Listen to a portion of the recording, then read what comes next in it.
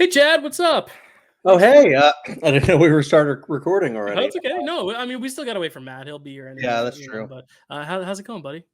It's going good. Excited for this episode. I see all the Blu-rays behind you. Yeah. Yep, I have a lot of Halloween love. Where is Matt? I mean, we told him we'd start know. it. So I don't know. Oh, wait, here he is. Let me let him in. Here we go. Hey, Matt. Trick or treat! Oh, okay. Hey, Matt. Spider Matt. I don't have any candy. Yeah. What's on your face, Matt? Better question, what's not on your face? Well, I mean, the list goes on and on. I'm not wearing my glasses. No, I got no acne. We had a plan, guys. We were gonna all dress up in costume for Halloween, for the Halloween episode. No, we're doing the Halloween movies, Matt. We're not like actually celebrating Halloween. I mean, this is gonna air like a few days earlier than Halloween, so you know. Well, Dylan, I know that, but we are. It is the Halloween episode. I thought we talked about this. What the heck's going on? I don't know. Chad, did you get the memo here? No, I mean I just went and grabbed my Michael Myers. I don't know if that counts. But... Yeah, no, that doesn't count. Matt, why are you wearing a costume? I never got this memo. I don't think Chad Okay, did listen. either. We'll settle this right here. I've got the message. It says, "Hey guys, for our Halloween episode, let's dress up in costumes and have a little fun." And then my grandma said, "That's a great idea, honey." Oh, okay. Obviously, so this is silly. Obviously, I messaged the wrong people. Framewreck. What a story, Mark.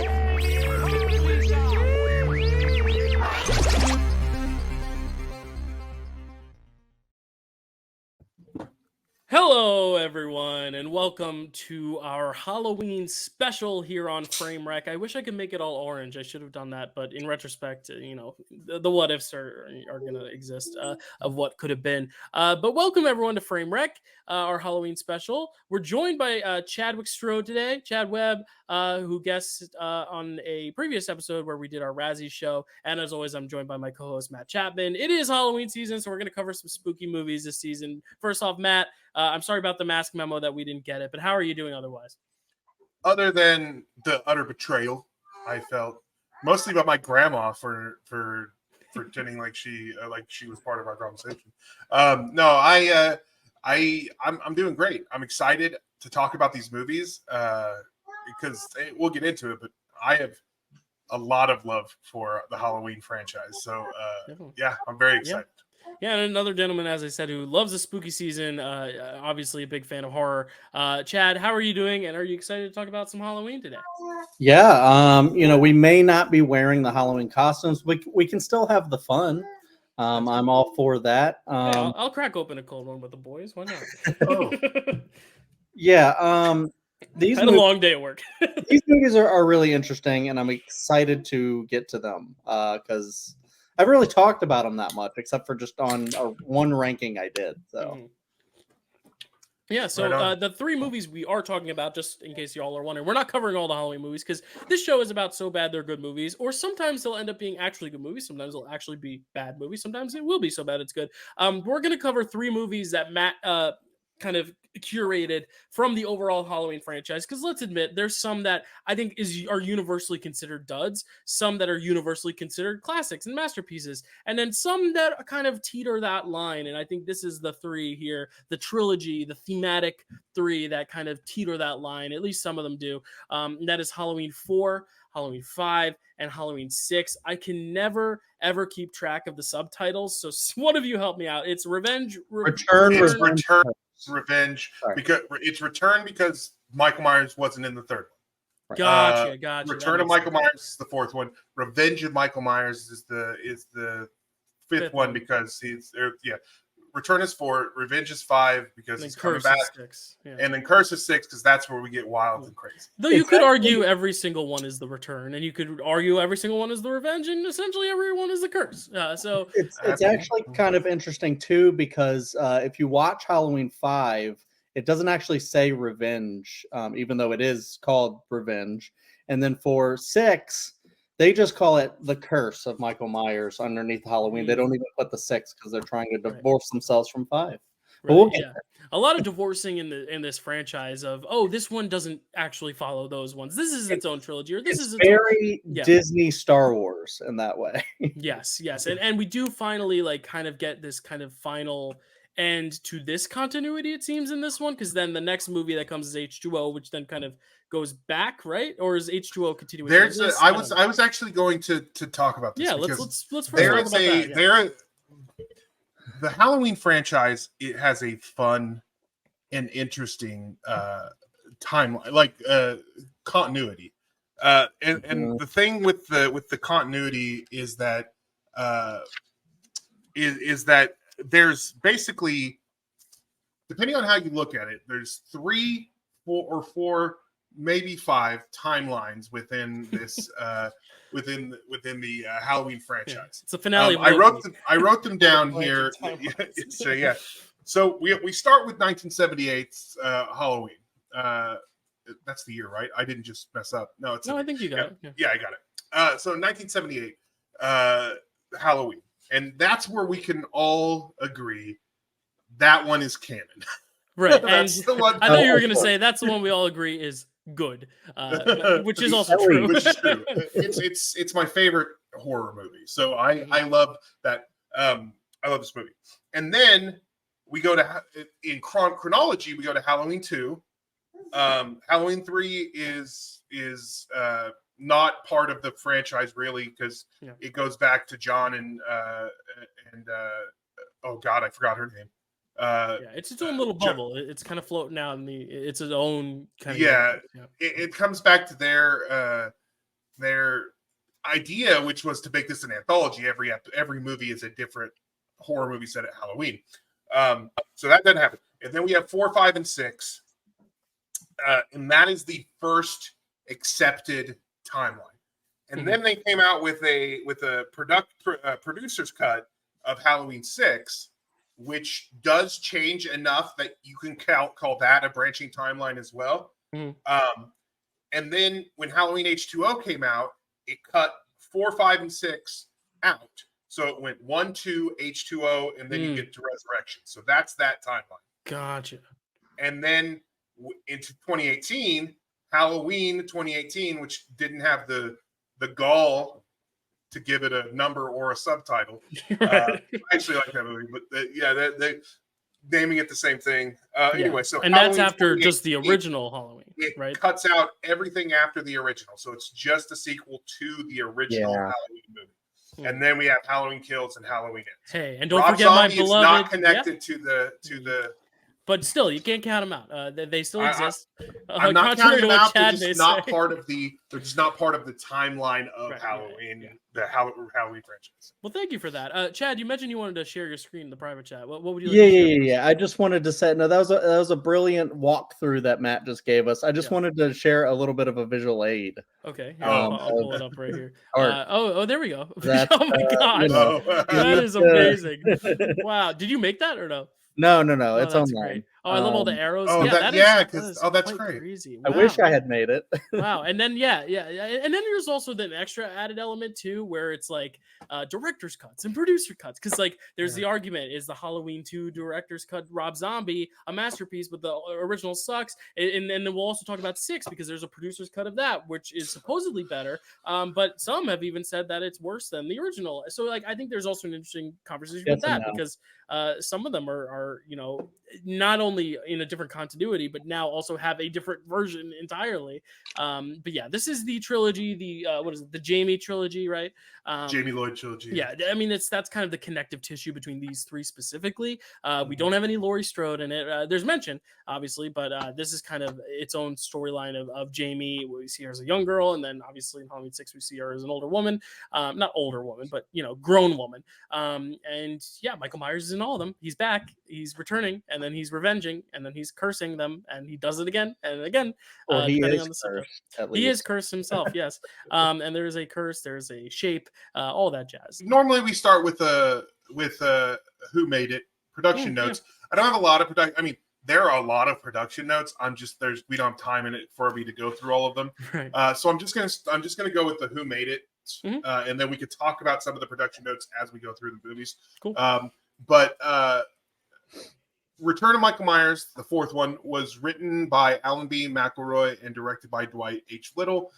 Revenge of Michael Myers was written by Michael Jacobs, Dominique Othinen Gerard, and Shim Bitterman, and it was directed by Dominique Othinen Gerard. Curse of Michael Myers was written by Daniel Farrens and directed by Joe Chappelle.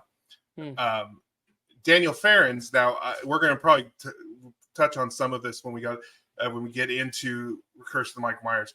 But Daniel Farrens was a super Halloween super fan, and that's kind of how he got the job. Right. And so there are little references in Curse of Michael Myers that are just like obviously from a fanboy's perspective. It's really cool. But yeah, we'll get into that later. Joe Chappelle apparently had just a tough time making this movie also. So. Yeah. Well, it's interesting too because this will be the second, and I promised last time, Chad, that I'll mention them. But like the Rob Zombie movies, Rob Zombie, very evident superfan. You can clearly see it in that first movie how much he loves that original. And then in the remakes too, David Gordon Green, was supposed to be a super fan of that. So it's really interesting to see that they're bringing on people who clearly love the franchise. And I think that's where a little bit of the charm, if we're just talking about these movies in a broad scope, a lot of the charm comes from, even in the quote unquote bad movies, is that like there's still a love for the property in some way or another. And I think a lot of the criticisms sometimes come down to, this felt like fan fiction of this or fan fiction of that, but it is fan fiction for a reason because they are clearly fans. And sometimes that's the wrong thing to get a fan in the driver's seat because it's like sometimes they go a little too far off the rails because it's like they want to do everything and anything with the property. So you kind of have to find that middle ground. But I find it a little endearing, when a fan gets to actually pay tribute. I mean, we saw Rian Johnson and George Lucas, and obviously that went over a little controversially with Star Wars. But that idea of having someone who clearly loves the property kind of taking the reins, it's charming to see, and I think that's why I kind of forgive a lot of the at least ambitious shortcomings. The more ambitious a film is, it could sink it, but there's something obviously to admire there, I think. But I agree. I feel the same way about fans who get involved with the art. Like there's something very endearing about it that you almost forgive the shortcomings of it because it's obviously coming from a love place. That was my way of also saying hire Chad, Matt, and I to write the next Halloween film. Thank you. Yes, please. Although the three of us, I don't know. Chad and I, two people who love this franchise, do not agree on what makes this franchise great a lot of the time. So and I'm a Rob Zombie fan, so I don't know if our three minds would mix in the writers' room. Maybe we each write a third of it. Maybe the combination of us would knock out the worst parts to the point where we could actually make something a little pure and or good. We season of the Witch It and do an anthology film, and that doesn't freaking matter. Yeah, we each take a chunk. Before we get into talking about the films proper, I do need to lay this disclaimer out, which is that I unironically, unashamedly, with all of my heart, love the entire Halloween franchise. There is one in this line of movies, excluding the Rob Zombie ones because I've only seen the first one. There's one that I don't love, and it's from the newer versions or from the newer trilogy. So with these movies, I unashamedly love them. I'm going to be able to say some bad things about them when it comes down to it, but just know that I love these movies unironically, and to me, these aren't bad movies. Let's... Yeah, and I would love to we'll wait till he gets back on camera, but I was going to ask Chad also where his stance is in terms of this franchise, because so you are unashamedly love it. I'll just say my perspective is that we got Elliot. Yes, Elliot. Hey. I want to know his thoughts on this franchise. But mine are, I'm very new to this. Like I saw the original. I watch the original every year. The new ones I saw in theaters, but I really am coming around to some of these for the first time. The second one I watched 2 years ago for my 31 Days of Halloween. These three I watched for the first time this year, and the Zombie 2 I watched for the first time this year. I haven't even seen H2O or Resurrection yet. So or 3. So like H2O is good. I'm still I'm still diving into the pool. So Chad, where do you stand on the Halloween franchise at large, and then kind of honing in on? I was gonna say, especially like piggybacking off what Matt just said, if you love Scream, one of the big reasons why H2O works so well is because Kevin Williamson wrote a treatment. But maybe we can get there another time. Probably not. Ratio is too good for this show. In the best way. I mean, it's an interesting question. It's an interesting franchise, right, little boy? But Oh, he's smiling. are you about to start laughing? Yeah. So, just like Matt and just like you, Dylan, the original Halloween is one of my favorite films. Not just horror films, but I do think it is in the running for being the greatest horror film ever made. So that's such a high standard to have for a movie, and then to try to follow it up with a bunch of other movies that just kind of misunderstand what made the first one so great, even though they're all still trying to go back to the formula of the first one. They could just never really recapture that lightning in a bottle. And I think their first mistake was when you go to Halloween 2 and try to make it a familial thing, just like in, Star Wars, where we get like Empire Strikes Back. You made it a family thing, and now they can't get away from that. And it just kind of, he heard familial thing. It's silly. Yes. It's silly. No, that's a good point. Yeah. They make it either like a family thing, and that's to maybe like the positive of it, or to its detriment. And I think the Halloween franchise, a lot of the times it's to its detriment. However, when you get into the 4 through 6 trilogy, they do have some interesting things that come from that. And then so with 4, you have something interesting happen, and then you have to figure out if it will flow from there. And I just don't think it does. I feel like it's 3 disjointed movies where, one is maybe kind of a good movie. One is one that's a good movie, depending on how you look at it. And it's not if you don't look at it in that way. And then one that might not be a great movie, like at all, or maybe it is, depending on what cut you watch. And that's very interesting, because you bring up familial, and I think familial. Well, this is gonna be fun, because and that's why I love that, Chad, you're guessing here, because it's like very much like, Matt, you love these movies. Chad isn't a fan of these movies at large, if you're just going to sum it up. Probably not the biggest fan of them. And I'm very much different on each case to case. I don't look at all 3 in the same lens of like, I kind of like with Chad, like one is better than the others, but I might be in a different camp. We'll see. But that's what's going to be so interesting. And the familial thing you hit on too is going to be a big talking point, especially when we get to 6, because it's like, yes, there's familial references in 4 through 6, obviously, but 6, they really kind of go totally off the rails and say, let's bring incest back into it. And I don't think incest was ever in it, but it comes back around. But we'll get there when we get there. Let's start with 4, and then work our way in. Matt, any other behind the scenes things for the at large, or should we get into nothing behind the scenes? I would like to just real quick, since we're talking about the familial thing.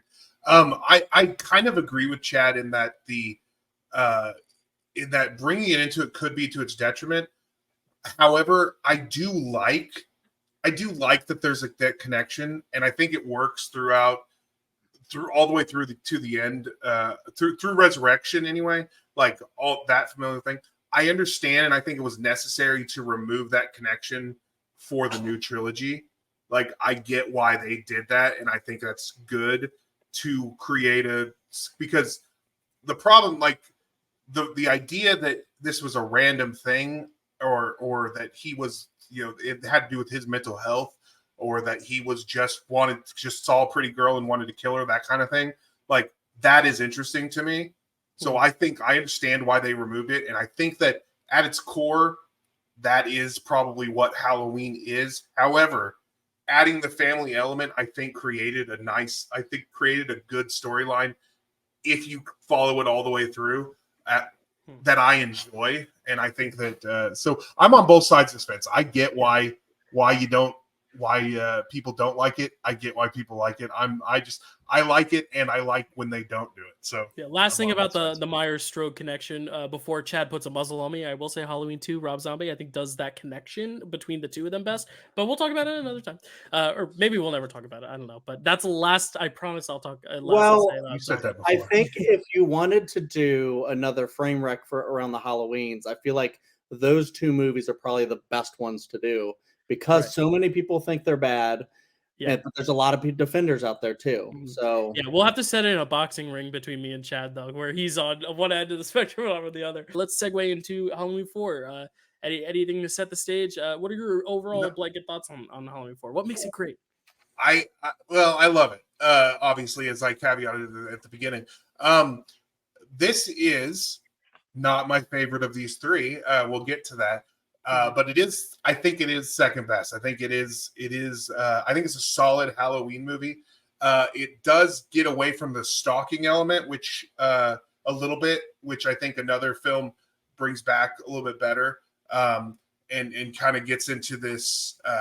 But it does, like, there is a real fear element bringing this new final girl in, and having her be a child and having that connection. Like, I really dig some of the parallels that it gives to the original, especially with that ending, which is one of my favorite things, which is probably my favorite thing about this movie. Is that I think the ending is really what kind of sells the movie to me, because I think going through it, I honestly didn't realize that like the little girl is going to be like the one we're going to follow through these three movies, kind of. I was going at this totally blind, so I was thinking of these older, teenage to young adult characters. I was like, I don't like any of them. And I think that was kind of the one thing that kind of held it back for me as I was watching it. I was like, I'm not vibing with any of these characters. I like the little girl. She's cool. And then if I had known that she would be like kind of the central figure of this trilogy, I might have had a different perspective. Because now I'm just looking at it. I'm like, who am I supposed to be rooting for or following in this thing? There's no like protagonist that I can kind of like follow through like we can with Laurie Strode, for example, who is like the most iconic, if not one of the most. And I think that's kind of, an interesting element of also you guys rewatching it, me watching for the first time. I'm like, who's the main character? Because this bitch is annoying. Like, sorry, I shouldn't curse in front of Elliot. I'm so sorry. You didn't hear that, buddy. You didn't hear that. We do. Even though Chad's been watching horror movies all month in front of you.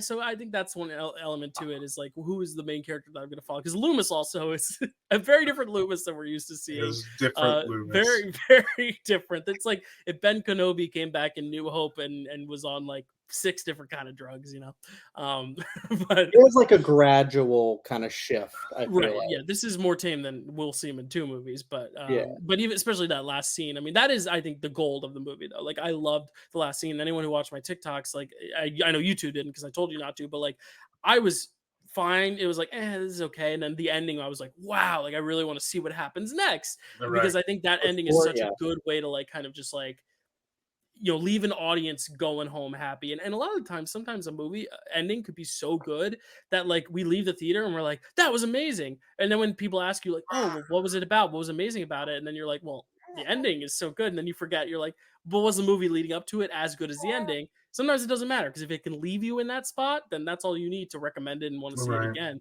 And then we'll talk about how the next one follows up on that ending. But Chad, what are your first thoughts on Halloween 4 in general? Halloween 4, I think, I'll just go ahead and say it. It depends on how you watch 5, but I think if you don't watch 5 in a certain way, I feel like 4 is easily the best of the 3. I think 4, Dwight Little and the writers like really wanted to make the movie make sense. They wanted to make the movie like going back towards the first movie. They touch on the second one a little bit. I mean, you have to, with establishing the familial stuff, establishing that Jamie is Laurie's, is it daughter? Daughter, yeah. And Laurie died. Laurie and her husband died in a car accident or something like that. So we've never like met the husband though, like, but it's not Michael. No. So Michael's not the father. No, he's the uncle. He's the uncle. Right. Jamie's uncle. So she's not an incest baby. No. Okay. No. That's one. As far as we know. As far as we know. Yeah. Because that was one thing I was like kind of trying to figure out after the fact. I was like, wait, did I miss who the father was? Because I knew it was Laurie's, some connection to Laurie, but because I know the 6th one we'll talk about. But yeah, the 4th one, I was like, wait, who's okay? Gotcha. Yeah. Oh, and I forgot to preface this when I was talking about kind of like the franchise just in general, and then my takes on these is that I've always been kind of like of the opinion that I wish there were no Halloween franchise. I wish it was just the one small independent movie that blew up that is one of the greatest films of all time. And that's it. But because we got the familial thing, I think 4 does it really interesting. I like that it's the niece. Because initially when they first started writing it, they were going to give us a story basically surrounding Tommy Doyle and Lindsay Wallace. Yeah. The two kids from the first movie. And then I feel like the studio or someone, I mean, maybe it was Mustafa Akkad, who's like the big producer, struck that idea down. I was like, that's not interesting. Let's do this instead. But I do think what they ended up going with Jamie Lloyd was really interesting. I do actually like how you don't really know who the main character is for a while. You don't really know it's surrounding Jamie. And you're kind of wondering like what's going to happen with her. I think Danielle Harris is sometimes the best thing in this entire trilogy, and then also sometimes the worst. But not because of her fault, but because of the writing. I agree.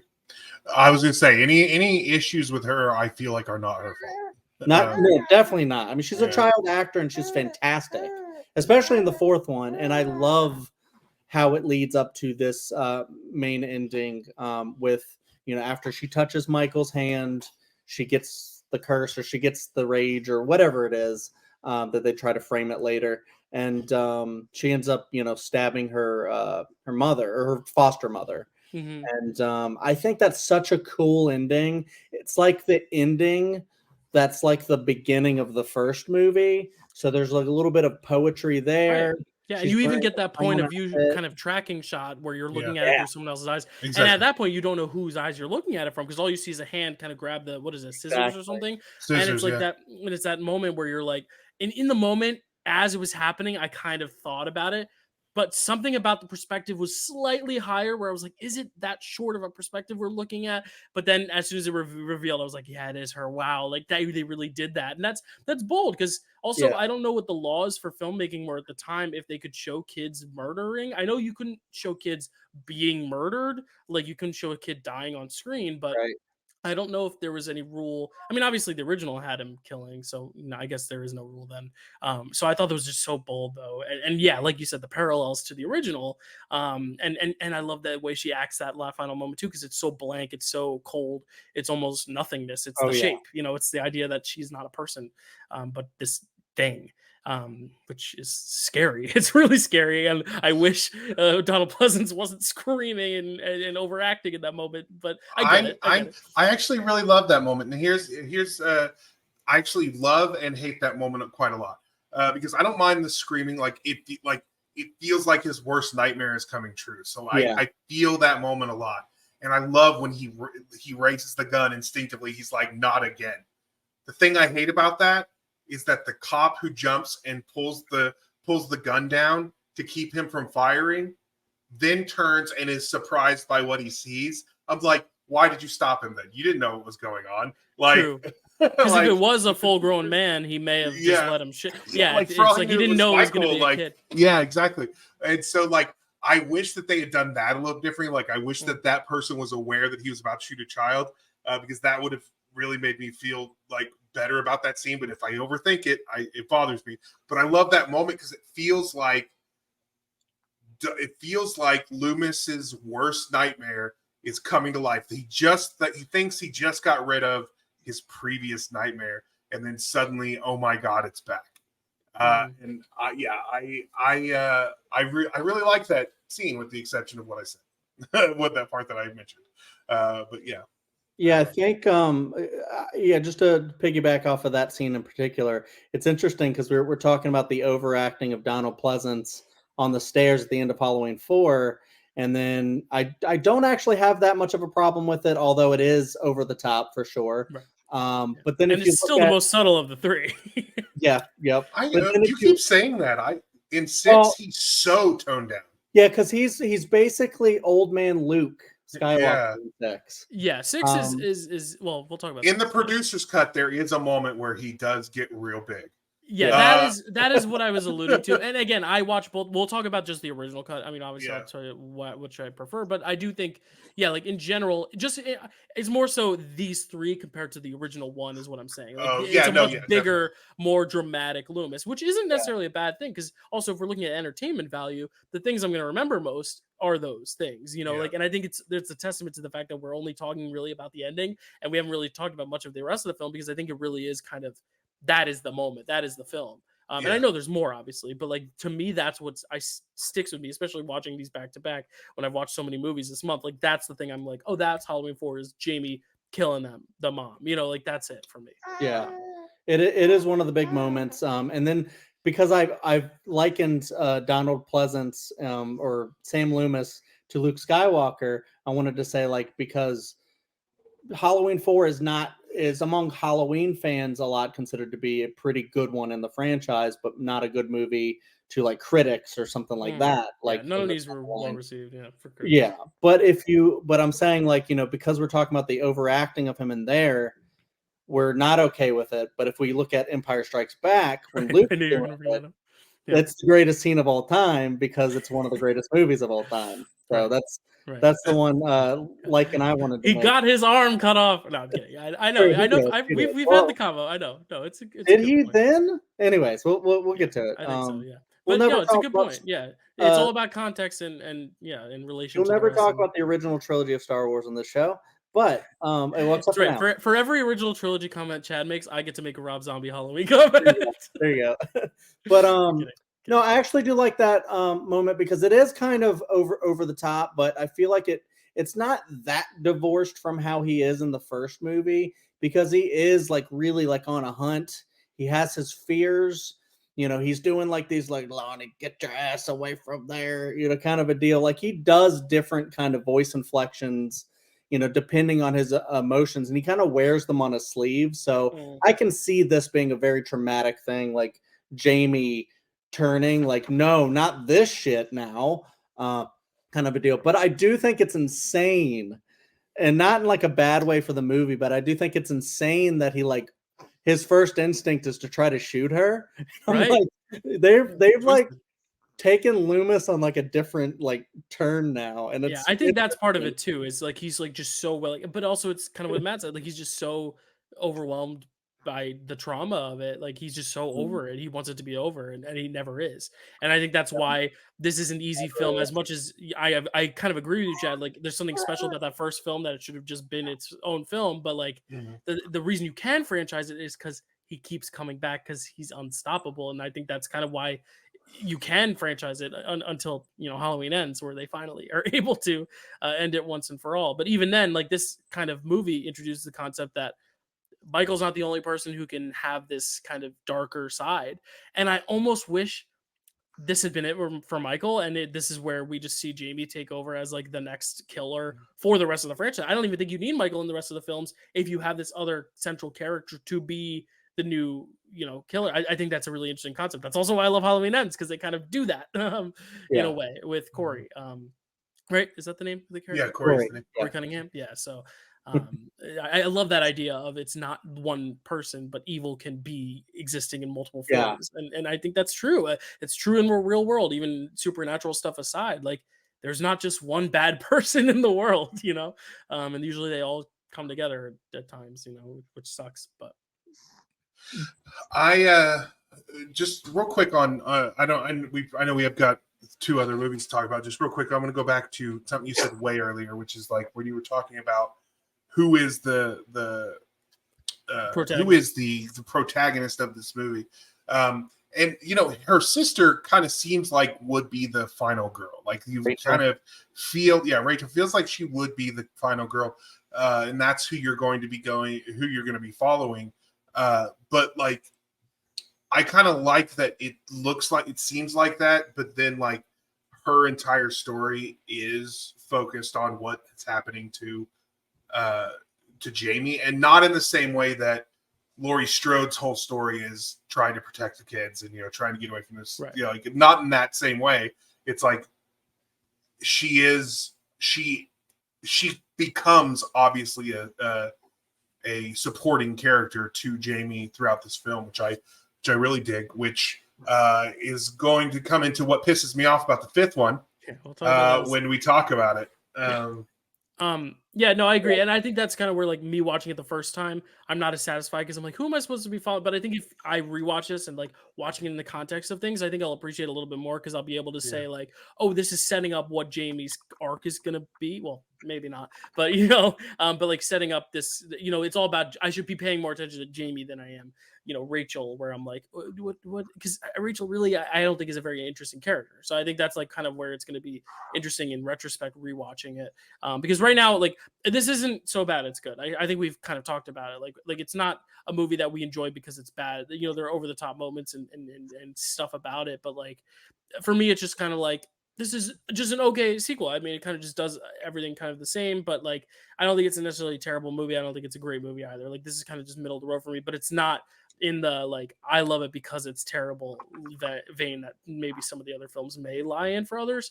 But I know, Chad, you have a few more things to say about Halloween 4. Yeah, I mean, I just wanted to say that, like, I don't disagree with you. I think this is, like, if you just look at this as a movie on its own, it's kind of like a fine movie. But what I like about it is that, it's not trying to go over the top. It's not trying to go until the ending. It's really just trying to harken back to the first one. It makes I think it follows a lot of like logic, which is refreshing. Like, the stuff that, Michael's doing, like everything seems to make sense. Like the way they have him do this for this reason, that for that reason. And that's one of the big reasons that the original movie is so great, is because you're like, the logic is near foolproof in that movie. You even how when they talk about Michael, driving the car and stuff like that. There's that. And then I don't mind Rachel as kind of a not really like a final girl, but like a hero in the thing. And she does really take good care of Jamie, and I like that relationship between them and stuff like that. I like Rachel as a character a lot. Like, yeah. I think I'm definitely the outlier here. I'm definitely because obviously, Jamie's the one that makes the turn, which I think is the most interesting part of the movie. And the way they build up to it, and I will get there, but I wish they would have continued that going on. But I have a quick little like pitch I thought of about how they could have made 4 different. Okay. I don't know if it's good. Maybe it's we love pitches here. We have that's a feature of this show. Nice. So here's how I thought about it. I pitched this to Carrie. I said, what would have been cool? Since they changed Michael's entire MO from being no MO to killing his entire family for no apparent reason. Well, maybe we'll get there later. There is a reason in 6. But instead of having him hunting down Jamie Lloyd in order to kill her, he gets to her and you think he's going to kill her, but instead he extends his hand and she joins him. Or maybe halfway through Halloween 4, that happens and she denies him. But after they touch hands, she slowly starts to change her affect until she finally murders her mother at the end and joins Michael. I thought that would have been cool. That is very interesting. Actually, that's pretty close to their intention for this movie. Because I was reading about it in that the idea of Michael searching her out is not to kill her. The idea, at least at this point, before they continue on this thing, the idea is that he finds out he has another family member and seeks her out because it's her family, but he is so incapable of having human contact, of being social, that his only means of being social with someone is violence, and so that's actually what's happening with it. So I like that a lot. Thank you. To taking it like actually exploring that element a lot more. Like not really just making the turn, but having it actually like connect in a definitive way. Yeah. Okay, so let's rate this one. We're gonna give them a rating for each one. For this one, for me, I think it's a good movie. It's a solid movie. I like it. It's not great, but it does have some elements that do make me laugh for the wrong reasons. So for that reason, Halloween 4 is getting 2 outdated masks from a grocery store town where sorry. Let me restart that. Scratch that, reverse it. Yeah, 2 outdated masks from a grocery store in a town where a mass murderer wore that mask out of 5. I love that. So mine is similar wavelength. I don't like the movie as much as you guys, but I also don't think it's so bad it's a good movie either. So I'm giving it 1.5 girls that Brady has fooled around with on Halloween for the next best thing out of 5. Because I love that moment. So, okay. Because I still think I misunderstand the scale a little bit. I'm getting it. I think you understood it until Dylan just said the thing, because Dylan gave it a lower score but said, I don't like it as much as you. So I 5 would be you love it because it's bad. And one would be either it's just bad or it's just good. And then you add stars closer it gets to. How I was considering it is, if I were throwing this on Rotten Tomatoes and I was the one critic on Rotten Tomatoes, I'd give it around a 60%, like 60, 65%. So I was going to give it a 4 out of 10, but then I'm like, no, wait, I think it's better than that. Like, that would be like, it's getting worse if it's around 4. So I think I would probably give it, you know what? Is it better because it's bad, or is it better because it's actually better? It's better because it's better, but it's not like great. It's good. Okay, so that's lower on the scale than higher on this scale. So then if it was better because it was bad, it would be higher on the scale. Then I would give it a 1. Okay, there you go. I'll give it a 1 out of 10. What day twists? Love it. There you go. So we figured out the scale. We'll revisit it for the next 2 films. All right. So let's get into Halloween 5, because we've kind of been setting up this conversation to be like, okay, the 4th one, all this interesting build up for Jamie. And then I think we can all collectively agree that 5 kind of drops the ball on that promise. Yeah. 5 drops the ball on a lot of things. Chad says that if you watch it a certain way, it's good, but I said I love all the Halloween movies, and I do love all of these movies. This is near the bottom. This one's near Halloween Kills for me. I just don't care for this movie. It's better than, I think, Halloween 2, which is not one of my favorites. But this movie is definitely my least favorite of these movies, and it drops the ball. Number 1, it kills off Rachel off screen, and then no one asks about her for the whole fucking movie. Because they think that she went with her parents, which is a cop-out, but it's just, but no one cares that Rachel's gone. It references at the end when she sees her there, but it's like this incredibly important character is killed off screen and not spoken of again for the rest of the movie. Well, you do see her body. You see her body at the very end. At the very end, Jamie sees her body. But I don't. We'll talk about it a little bit in 6 too, but like, killing off a character from the previous movie isn't necessarily something I hate. I don't care about that either. Yeah, no, I know. But if it makes sense for the story to not have her in it and just get her out of the way, that's fine. But I agree with you in the fact that, like, at least bring some attention to it, though, because it was a character, and if not the main, if some might say protagonist of that film in terms of like the central character we think we're following the whole time, that's not Michael Myers. So I think that's a lot to say there.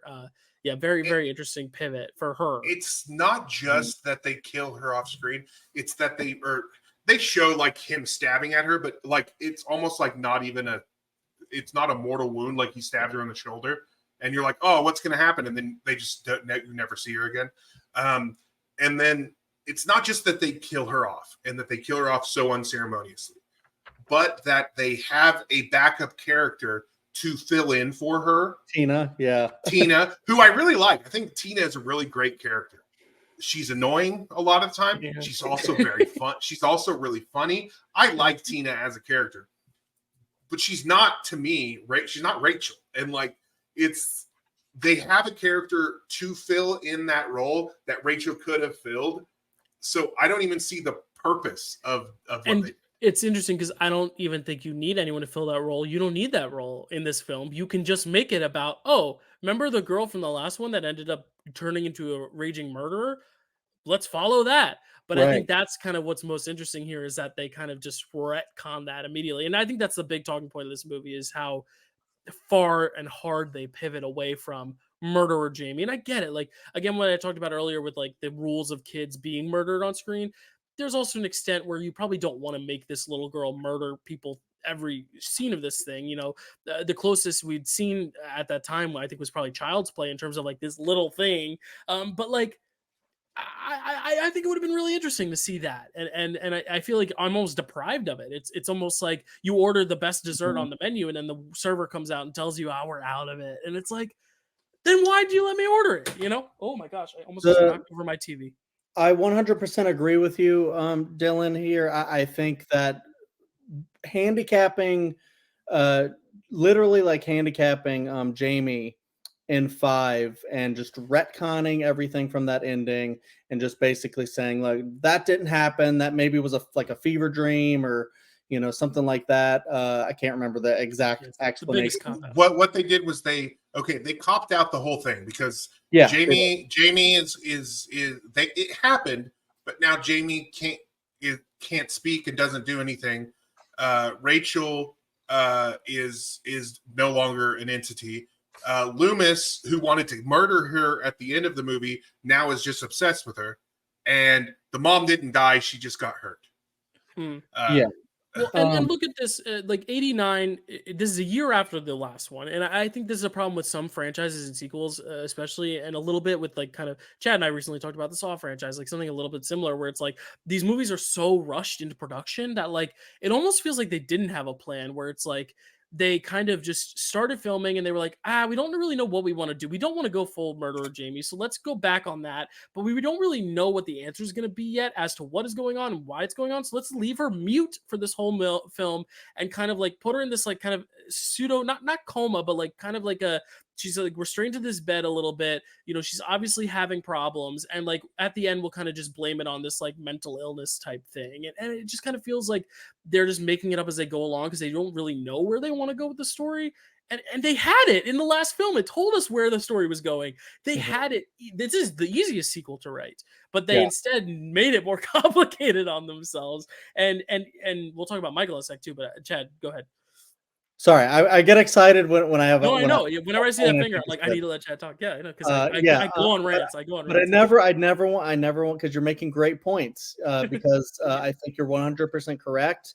The reason why though is because just like the Disney Star Wars sequels, this also didn't have a plan. Like the first creative team wrote this thing and they said, "Hey, here's a killer hook with that ending." There you go. And like you said, they kind of almost wrote like at least the beginning of another one. Let's go down that road. But the problem was, or at least one of the big problems was Dominique Gerard, who was basically like, I liken him to like a Mike Newell in the Harry Potter franchise, where I'm like, his only concern was making his movie and was making his movie to be something that was like daring and something that like would shock the audiences and go, you think I'm going this way? I'm going that way. Maybe almost like a Rian Johnson a little bit. Like, right. But the difference is Rian Johnson was exploring something far more interesting than we all expected.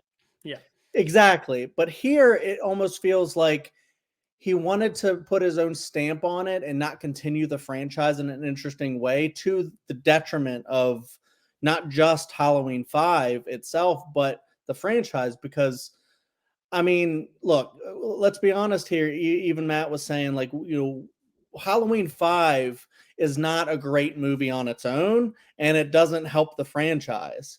If you want me to quickly get into what I was talking about, if you view it in a specific way, it can be maybe a good movie. I would like to hear that, but I do have a point to just piggyback off of what you were just saying real quick. Yeah. You were saying you were likening him to Rian Johnson. I actually worse, but you were likening him to what happened with the situation. With that situation, which I'm a Last Jedi defender, so you will always hear me. But yeah, we all are.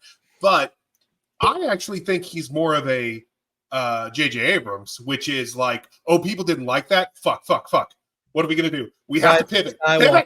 Yeah. My question, and I don't think any of us were around at the time, or at least hadn't seen this movie when it came out. But I didn't. But like, was the reception? Did people not like that end? Did people not like? People didn't like that movie. I think that's it was poorly received. You're talking about 4 which or 5?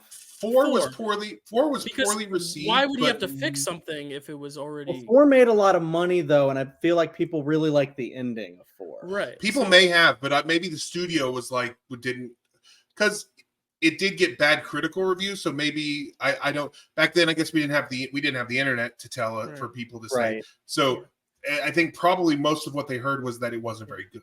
Well, that's what's so fascinating because so J.J. maybe that Abrams was- at least was trying to fix something that a lot of people didn't like with Last Jedi. Whereas here, it's like you don't need to fix anything because I don't think anyone disliked 4, or at least the ending of 4. I think people like. Right. I don't love 4 because I don't think it's a very exciting movie until the ending. But the ending is why I'm excited. Like that's the thing I'm very excited for. And yeah, I agree with you, Matt. It's very much like the idea of just like we had something so good, and then you felt like it was going to piss people off having a kid be the murderer, so you had to retcon it. But then it's also what Chad said with like the idea that it's just kind of pivoting so far and wanting to be its own thing, like the Mike Newell thing. It's almost like what we talked about earlier with being a fan of the franchise. Maybe you're not going to make the best movie, but you're going to at least show a labor of love and show a risk and take a swing. Whereas here, it feels like maybe there are swings taken, but they're not swings taken in any sort of like respectful way. Like even Rob Zombie's movies, which I'm not gonna bring it up again, but like some people don't love those movies, but it's still clear. But it's still clear he loves the franchise because he's using that music. He wants to explore those characters because it's clear he loves those characters. Whereas here, it's like it feels like this guy doesn't like the franchise. That was for real the last time, Chad. Yeah, no, that really was. No, that's okay. I mean, if you have a good point, you got a good point. Yeah, but and also stylistically, like think about if you look at all these movies and you take a frame from each one without Michael Myers in them, this one doesn't look like a Halloween movie either, and it's not a good thing either. Like he's trying so hard to have these like flashy European flashes in the cinematic nature of it with the cinematography and the color grading and all that stuff. It doesn't even look like a Halloween movie. There are some shots where it literally looks like summer in Los Angeles, and it's like. Put some leaves, put some jack-o'-lanterns in some frames. Like, give me one frame of a freaking jack-o'-lantern, please. Like, that's the one thing I'll give 4 and 6, no matter how you love it or hate it. The autumnal atmosphere, that's a big thing for me in these movies. Yeah. And this film has none of it. And that's the thing that pissed me off most. I was like, you can tell the best story, you can tell the worst story, but if you don't put a fucking pumpkin in your movie, I'm gonna 1 star. Yeah. Like and I'm talking Letterboxd score, not our Framewreck score, but I'm like, I really just that pissed me off so much. I'm like, you don't care enough to put a fucking jack-o'-lantern in a Halloween movie. Like even the first Halloween movie that was shot in like I think July or something in Los Angeles. They still happened to like sprinkle some leaves. They had like 2 jack-o'-lanterns, and it's like you broke one. Yes. Was that in later scene the one that you used for Tommy breaking in the earlier scene, but you filmed them. Halloween is not a day; it is a mood. It is an atmosphere. Yeah. It is a tone. It is a state of mind. It is it just frustrates me so much. I could go on and on and on. No, I completely agree with you. I agree with so much of your rant. The whole Euro trying to make a Euro like a new everything's like Eurocentric. blue. I'm like, everything just feels. It feels wrong. Like it feels like it's not part of this franchise. I agree. Right. Do we want to hear Chad's though? You were alluding to the fact that this could be seen in a different way. If you watch it a different way, it could be a little different. Elaborate on that because I think I know where you're going with this. Well, one thing I do want to add something real quick before I get into that, if that's okay, that you guys might touch on. And I have 2 things to say about it. There's one thing I really, really adore in this movie, and it's very specific. And I'm wondering if Dylan also had this too. I really love the character of Billy. I think he's adorable, and I love the relationship that he has with little Jamie. I think that's really cute, and I love like their little outfits that they wear. There's not a lot outside of that I love. I don't love Mute Jamie or anything like that. But I just think he's so adorable, and like he's, just like giving her gifts and just so sweet. No, the key if you're making a movie and you realize it's shitty, add a few scenes with a cute puppy or a kid. Yeah, I will say that the kid and the dog did a lot of heavy lifting for this movie. For me, that kid, the kid Billy, what was his name? Yeah, he is great. He is responsible for some of the worst scenes. Not responsible. he is involved in some of the worst scenes. I don't want to take anybody's train wreck moment if it is, but the cookie woman scene where she's actually speaking the words, but he's still speaking them also. That's not his fault, but I don't understand. Like she is, yeah. Yeah, he's doing his best. She's doing her best. They're both doing what they're supposed to be doing. I don't know why he was instructed to shout the same words that she just shouted. It makes sense if they can't understand her and he can, but she was saying the words. He was just saying after, yeah. But you could see them yelling off screen, like, cut. No, seriously, like, say it louder. Yeah. Come on, you're. But yeah, there's that. Another thing that I don't know if Dylan or actually Matt too, because he loves this as well. But there's a little bit of Frankenstein in this at the very beginning, or at least they tried to, but they didn't do it well. We may want to push this conversation to a little later. Okay. All right. Because I have a lot to say about Michael in this opening. Table that. We'll table it if we can. I mean, he's already on the table. He's lying there. Oh man. Excuse me. I'm trying to find my place. Actually, I have a thing I'm gonna read. Okay, so what I'm gonna do is I'm gonna read a little snippet from this book called "Taking Shape: Developing Halloween from Script to Scream," written by Dustin McNeil and Travis Mullins. Just want to give credit. I'm seeing the Wizard of Oz right now.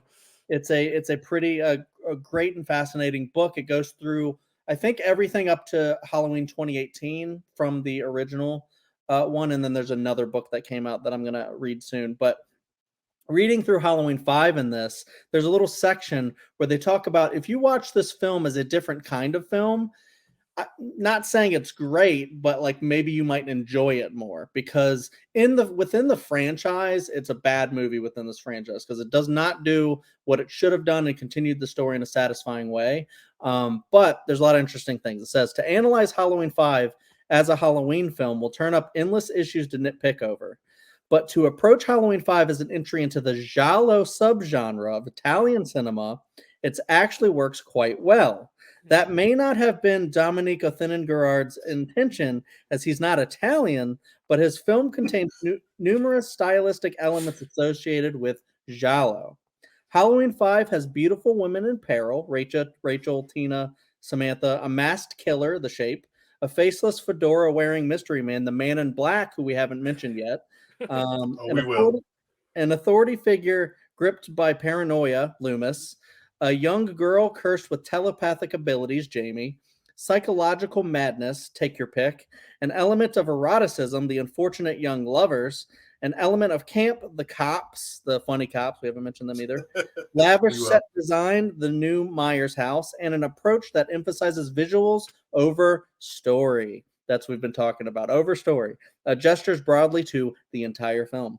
Like so many jolly, Halloween 5 is a frothy mix of psychological and supernatural horror with no clear narrative structure. As a Halloween, it's a bit awkward. As a giallo, it's bloody good fun.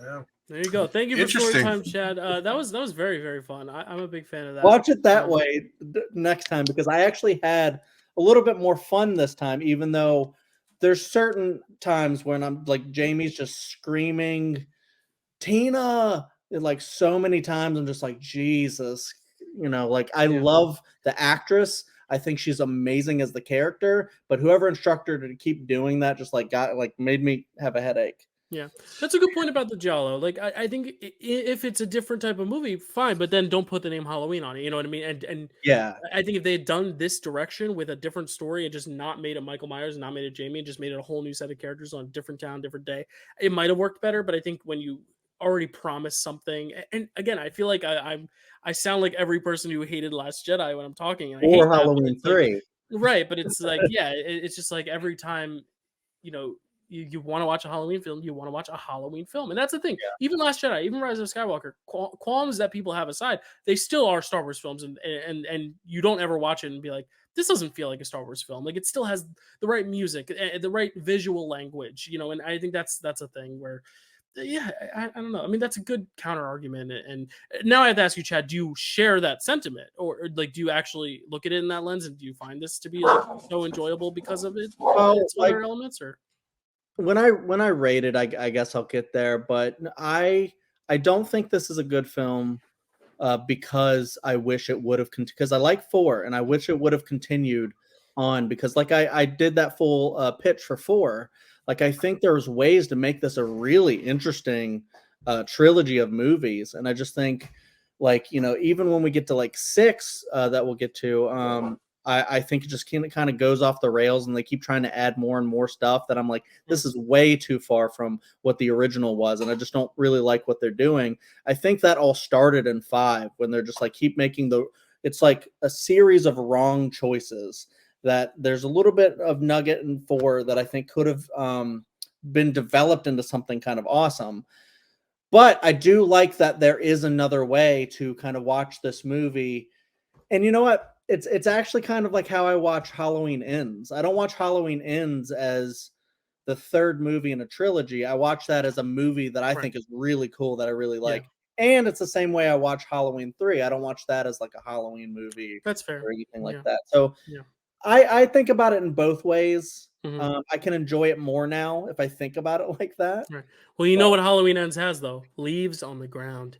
Yeah. That's true. No, but you make a good point, Chad. That's I'm glad you shared that, because it did at least make me realize that like there is still another perspective to watch this from if you're able to separate the Halloweenness of it. So yeah, that's a good point. Matt? I agree. No, I think it's a really good way to look at it. Next time I watch it, I'll consider it that way. I will say that if you're talking about things that are really annoying, like her yelling Tina over and over again and stuff like that. So much of the runtime is on repetitive things over and over again. They're doing the same things over and over again. And so little time is spent on the man in the fedora. I like that though. And I don't need an explanation about the man in the fedora, because that's what the next movie is for. And that's what the next movie is about. However, it's obvious they were going in a direction here. There's a reason they put him in that. I wish they had spent a little more time setting that up for the next movie. Right, so he's not so the next movie would have had to have done all of the heavy lifting in that storyline, because it's obvious that there's a thing happening. Like, if you're not setting something up, what are you even doing with that? Why are you even putting that man in there? I wish that some of the runtime would have not been repetitively yelling the same thing over and over again, or trying to get Cookie Woman out, and more time spent on that fedora man. I don't even need you to explain it. I just, maybe we see him more often or something, like see him sneaking around more. Is my thing. Like, I could have used more of the Man in Black going around. I think that's a good point. I do like how you do kind of see him a little bit, and then at the very end you get some really cool stuff with that character. And I like that they don't explain it.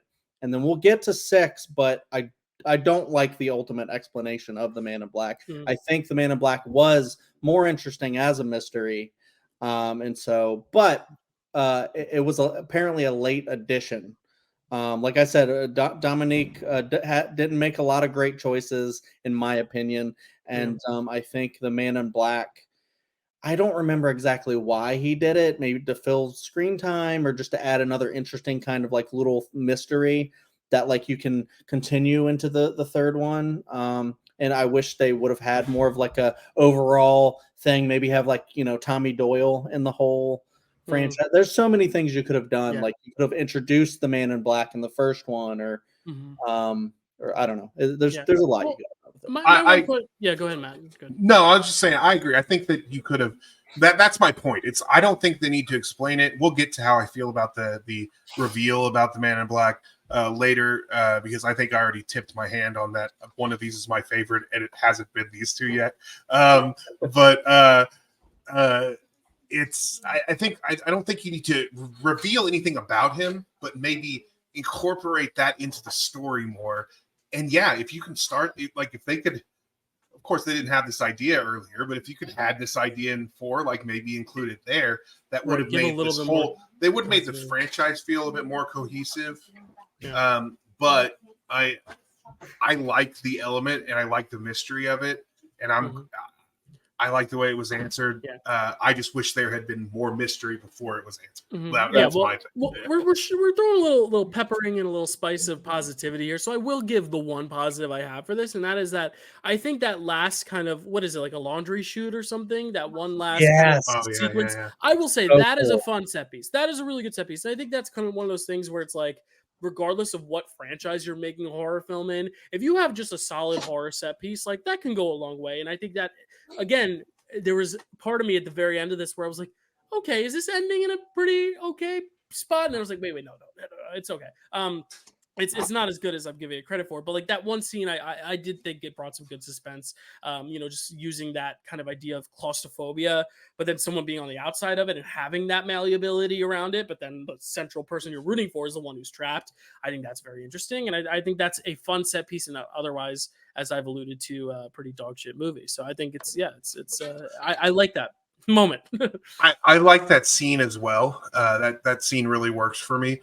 I think it suffers from what I mentioned earlier. Most of this movie suffers from, which is taking too long. Repetitive, They repeated too many beats in that scene. Yeah. And if they could have streamlined it or added different beats to that scene, right, like that would have felt better. But by the end, she climbs out. And she doesn't appear to have moved very much. So like she could have done that way earlier. So if we need more suspense there, show her climbing further up and him getting closer to doing her. And even at the end of that scene, he sticks his head in, which he apparently could have done the whole time. Like true. Yeah, it's like, why didn't you just do that before? Yeah. That's a good point. Do we have anything else to say though about Halloween 5, good or bad? Anything else to add, Chad? Yeah, I wanted to just like talk about like what you were just talking about. I do think that is like one of the coolest like action sequences or scary sequences in any of the franchise. It's like one of the best ones, I think. And then I do like kind of how it ends. There's so many rewrites and all this stuff, and I think Curse, the next one we're going to talk about, is the one that suffers from like rewrites and studio involvement the most. But this one had its fair share of like the directors and the writers, and no one's agreeing, and you have Mustafa Akkad coming in there and he wants his stuff, and no one can really agree, and I think that's really to the detriment of the franchise, but not like we haven't seen that before. So, but yeah, I do think there's ways to watch this that makes it a more enjoyable film, but I don't necessarily agree it's dog shit, but I do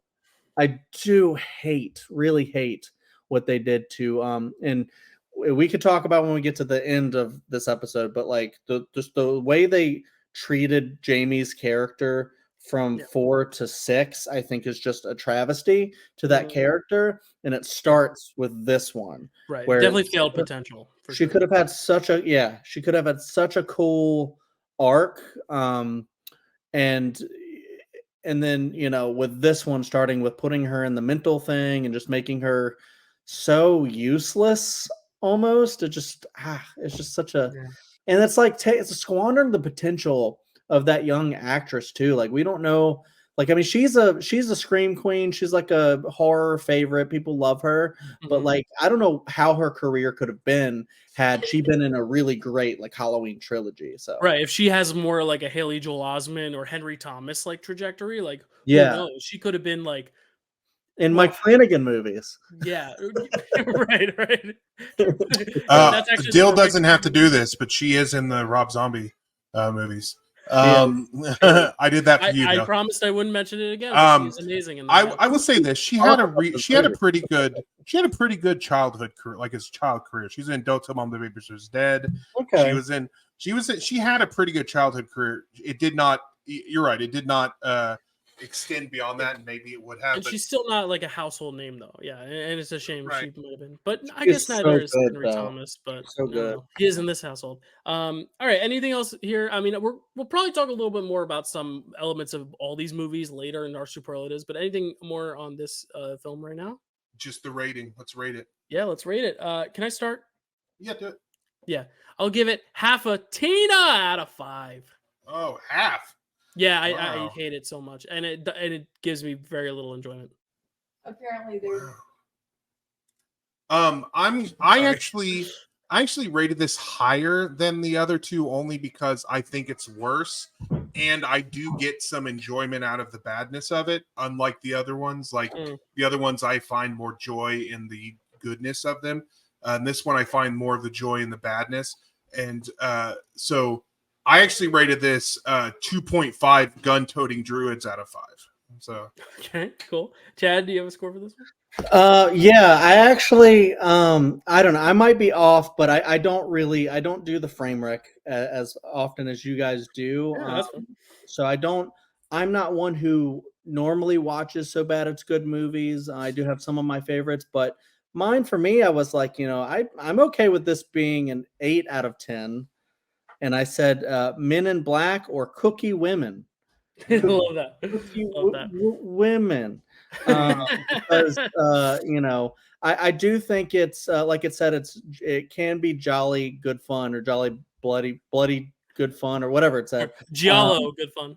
Giallo good fun, because you set yourself up for that. It is a crazy movie. There's a lot, like especially the cookie woman thing. There's just a lot of really crazy shit.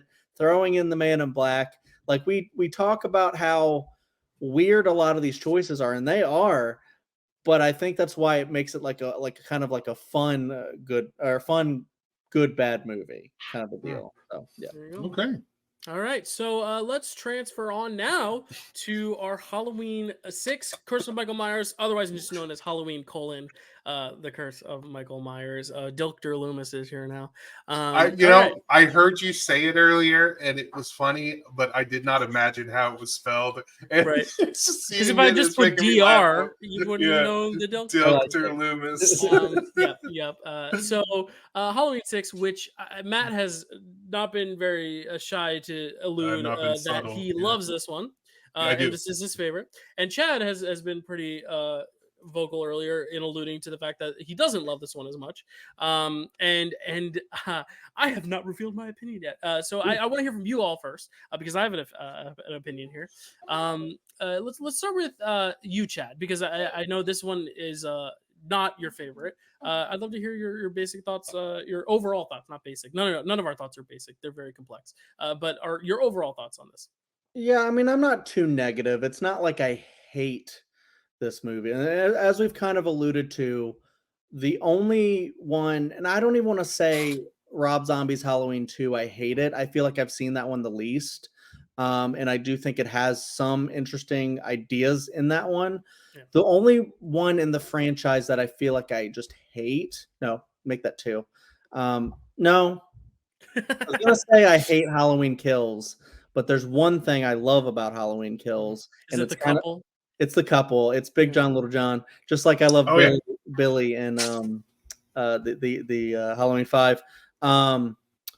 The other one is I really hate Rob Zombie's original Halloween movie, because I think it undoes everything that made the first one good and stuff. But I'll hear defenses of the second one. However, I brought it up this time. However, so it's not on that level. I feel more bad for The Curse of Michael Myers, because I feel like Daniel Farron's like really wanted to make a good movie.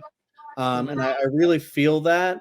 And even though I don't like the direction that he was taking it, like I don't like, even in like Halloween 2, they try to add like cult stuff. They try to add the family stuff. Right.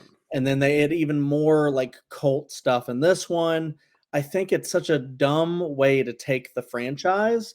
But even though I think it's a dumb way to take the franchise, I feel like if you're gonna go that route, you could go that route hard and still make a solid Halloween movie. And for me, I just don't think this movie is that. And I believe I've watched the producer's cut. I saw like a YouTube like in sections thing that I watched, because I don't want to pay for it. But maybe one day I will and give it a proper watch. But I think there's different cuts that like add and take away things. Like we were alluding to the thing that I believe the producer's cut adds to it, where it basically says that Michael Myers impregnated Jamie Lloyd, and that's his niece. Yeah. Yes. I think We'll get to the differences here. Yeah. But that is one of the major ones. Yeah. And So just the expansion on the cult plot line in general is much more like there's a lot more explanation of that in the producer's cut. And there's stuff like that you can nitpick like the differences between the two cuts. I ultimately think there's some solid stuff in them that I can see people liking. Like one scene in particular, I'll say I like Danny as the little kid. Because you have this piece of shit guy who's like an asshole to everyone in the room, and he's like the guy who owns Michael Myers' house now. The whole scene, the way it's constructed, like he's yelling everything. You're like, I fucking hate this guy. It's the worst. And then all of a sudden you see, everything stops and people are like shocked. And then it like pans down to Danny having a knife on him. And you're like, oh shit. I just feel like this movie's filled with like plot lines like that just like don't really go anywhere. Nothing really makes sense in these movies. And it's just basically a lot of meddling from studio because you have the Weinsteins. We hate the Weinsteins now or at least one Weinstein for a different reason. But back then it was because they came in, didn't know anything about horror, didn't want to let the young bucks, actually make a movie and try to make a good movie. And they ended up just ruining everything. That's my take on it. Yeah. I think there's some good stuff in it. But ultimately, I think overall, it just like doesn't work on like many levels. Yeah, that's totally fair. It is definitely a stuff. There's a lot going on in this movie. It's very stuffed. It's not like, it's definitely not your rote kind of like, oh, we're just going to kind of go back to the basics. He's going to be just kind of killing people and that's it. Like there's a lot more mythology layered on, so it definitely is. I agree, like very full movie, and that's a great take. All right, Matt, what is your take on this one? And then I will share mine. Okay. Yeah, I have not been subtle about this so far. I love this movie. I love it start to finish. I love both versions, the producers and the Weinstein cut. Or I guess not Weinstein cut, the theatrical cut. Yeah, it's interesting because the Weinsteins were the producers, but they're not the ones who did the producers cut. It's like this weird convoluted thing. It's a weird situation. Well, because what the thing is, like, it's actually like a backward situation than you normally hear about, where it's like this was the theatrical cut, and then they showed it to a test audience. Yeah, and a test audience, which according to people there was mostly 14-year-old boys. Did not enjoy it, and so they used that the to basically company freaked out. Studio freaked out and was like, "Well, we have to change it," and so they changed it to have more kills, to make it more like an MTV video, is kind of how they described it. Which I think some of that stuff really works. I think the score on the theatrical cut, which is the new cut that they did, I liked how they use a lot of like human voices, human screaming in the score. I really dig that. And there's a couple things in the theatrical cut that I think are better, but overall I do prefer the producer's cut. But we'll talk about that in a little bit. This movie, okay, yes, I agree that going with a cult or going with druids or going this route is not what I would have chosen for this franchise, but it's what we have. And I think if that's what we have, this is a really fun movie that I think, which I agree with you on that. I actually feel the opposite on isn't what Halloween is about or whatever, like doesn't take it back to the basics of Halloween, because I think this feels more like Halloween at this point than any of the sequels up to this point. Because you go back to the stalking thing. There's a lot more stalking in it. You actually have Halloween. You can feel Halloween. Last one was devoid of Halloween. This one's got Halloween all over the place. Make it rain with Halloween. It definitely feels like autumn. Not only that, but like I feel like for its runtime, it packs in a lot of story and doesn't feel like it loses you. I think the producer's cut does a better job of that than the theatrical cut. But you don't feel like you're lost in the weeds, and you definitely understand what's going on. I don't know. It's just it is one of the most. It's probably the most fun Halloween movie to me, and that is probably why I love it so much. Is because while the original Halloween is my favorite horror movie and one of my favorite movies in general, it's not a super fun movie. It's just a really great movie.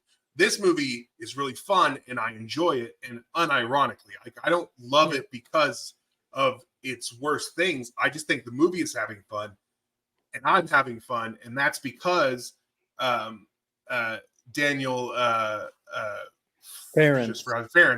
Daniel Farrens was such a fan and wanted to have fun and make a really fun movie, and so that's where I land on it. I love it. I love it so much. And, yes. and here's the thing. Here's the thing. Okay. I think I kind of part of it stems from your overall thoughts on it too, Matt, is that the atmosphere is my biggest thing. Like I feel from start to finish, this is Halloween in terms of like, I want to just jump into that screen, get a sweater, get some pumpkin spice in my body and soak it in. And I love the atmosphere. I think that just the house itself is so creepy looking with all the decorations outside the skeleton and all. Anyway, I really also think this is, if I had to say one of them is like so bad it's good, I don't even think it's bad, but like in the spirit of Framewreck, is it campy? Yes, it's campy. Yes, it I has agree. very sometimes dumb dialogue.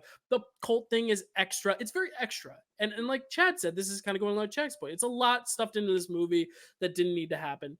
But I think part of me, it goes back to the very original thing we talked about, where fans who clearly love this franchise, they take big swings, and all of them aren't home runs, but they're big swings. And I'd much rather see a ball come so close to the home run, but maybe he get hit into foul territory, but it's a bomb, like a hard hit bomb, than like a bunt that gets you to first and you get struck, you get tagged out at first, like, and I think that's the thing with this movie is it's maybe not hitting a home run, but they're swinging hard. And I really appreciate that from a movie that like clearly wants to just immerse itself in atmosphere, has fun kills. This is actually something that connects to kind of the Saw franchise, which is also heavily on my brain because Chad and I have been watching them for a ranking, but like, and the new one just came out. But the idea that the people we're seeing dying, we actually want to see get it. Like the guy who Chad said is such an awful person. When you see Michael take him and basically like put him on that electric box and see him zap him to death, I'm kind of like, okay, go off, King, because it's like we're getting comeuppance for characters, and it's not just like pointless deaths. It's like we are seeing characters kind of in consequence of their actions, and I do think the new characters we get, at least in my opinion, are more interesting than the two that follow, because we get that moment with the kid at the dinner table with the knife, or the breakfast table with the knife. There's intrigue there with the kid. We don't know if he's good or evil or somewhere in between, but there's and they don't explain it. Yes, they don't really in this cut. The producer's cut maybe a little bit more, but it's like they don't go full out with it. But like at least it builds intrigue to where we want to know more about this character and we want to follow this character. And then the girl as well, the fact that she is in this family where she feels like she's an outcast and she doesn't belong, that at least gives us some sort of something to cling on to. And that parent, that awful parent, is so bad. And I love the whole moment where they're like, you knew that this house was haunted and you still took it anyway because it was a cheap bargain for you. Like that to me, I love, because then it's like we actually are invested when these characters either survive or die. And then adding Tommy to the mix, which we haven't even talked about yet, Paul Rudd, his second incest movie of 1995. It's very funny that like he, see what I did there? Clueless. And but like, it's very interesting because he's like, yes, Tommy is kind of an inconsequential character. Like we don't really we're not like begging for more Tommy after the first movie, but it's also interesting because it kind of also, like Matt said, kind of brings us back to that first Halloween at least, and kind of gives us some sort of spiritual full circle moment where I know Halloween Kills tried to do that as well, but they kind of made Tommy unbearable in that one, where at least here I like him. Like Paul Rudd, I don't think the performance is that great, but I think he is an endearing enough presence, and that character is endearing enough to where, again, it just adds. I like that there are characters that I can root for, where the other few films, I would love to root for Jamie, but when you set her up to be the villain at the end of 4 to then kind of backtrack and make her the hero of 5, I want to see her as the villain. I'm not invested in her as the mute Jamie who's trying to overcome. I want to see her kill people. It's like, that's the thing, is I think from the get-go, I'm invested in these characters. I'm invested in the atmosphere. There's a lot going on. There's some big swings taken, but does it all land? No, but at least there's entertainment value because they're trying to do something interesting. And yes, the cult stuff, I don't love it, but I actually kind of prefer the original cut to the producer's cut because the producer's cut at least explains the cult stuff more, but I don't really need that. There's some action at the end of the theatrical cut. Yeah, I think there's a lot more action there, whereas the producer's cut at least tries to like kind of validate a lot of the explanations of things, but like I think it works as is. I don't even think the producer's cut is needed. It's just an extra lens to look at the story. And yeah, I know I've been ranting forever, and I'll let you guys speak because I know Chad has been thinking about what I've been saying. But I really do think it's, I think it's good. I really enjoy it. Yeah, I just want to touch on a couple things real quick. Number one, I don't think Paul Rudd didn't understand how charming he was yet and hadn't learned to harness it. And you see that in his early movies. You can see that here. He hadn't learned to harness the charm like he does later. But he still has charm. He still has. I mean, he has it. Obviously, he has it, and he's oozing with it. He just hasn't harnessed it yet. And that's when you say that like the performance isn't that great. Like it's because he doesn't understand it well enough yet. Right. Also, when it comes to Tommy Doyle, yeah, same person as or same character as Anthony Michael Hall in Halloween Kills, and just a far different character. Honestly, I really wanted them to try to get Paul Rudd back. I wish they would have tried to get Paul Rudd to play that role again. One more thing on that role, like I like how his character is in this thing too, because he's not. A lot of the characters we're seeing in these movies following, like Laurie in Halloween 2, and then of course Loomis throughout all this thing is all like, I'm so scarred, I'm so scarred, I'm so scarred. But he's a little less scarred, a little just more intrigued by it. He's more like this kind of interesting spectator, which I kind of like. It kind of adds a cool new element because he's kind of like the man in chair, kind of, taking the notes, kind of understands how to maneuver. It adds an interesting element to it. And I think also having a baby on board is an added element of stakes too, which helps too. And it kind of just gives the movie overall a little bit more stakes because now we have not just a child, now there's a baby with them. And I think that adds a lot to it too. And last thing I want to, before I turn it over to Chad to kind of respond to this, last thing I want to say is that you were talking about how like it does feel more like a Framewreck movie, even if it's not a bad movie. And I agree. I think that the campiness does do that. I think the difference is, and we talked about this before, difference to it is intention. I think Daniel Farrand intended for this movie to be exactly what it is. He intended it for it to be fun. He intended it for it to be campy. I think that Joe Chappelle, especially because if you see the producer's cut, obviously had intended for this movie to kind of go off the reservation a little bit, or I guess that might be a racist term. Go off the deep end, a little bit.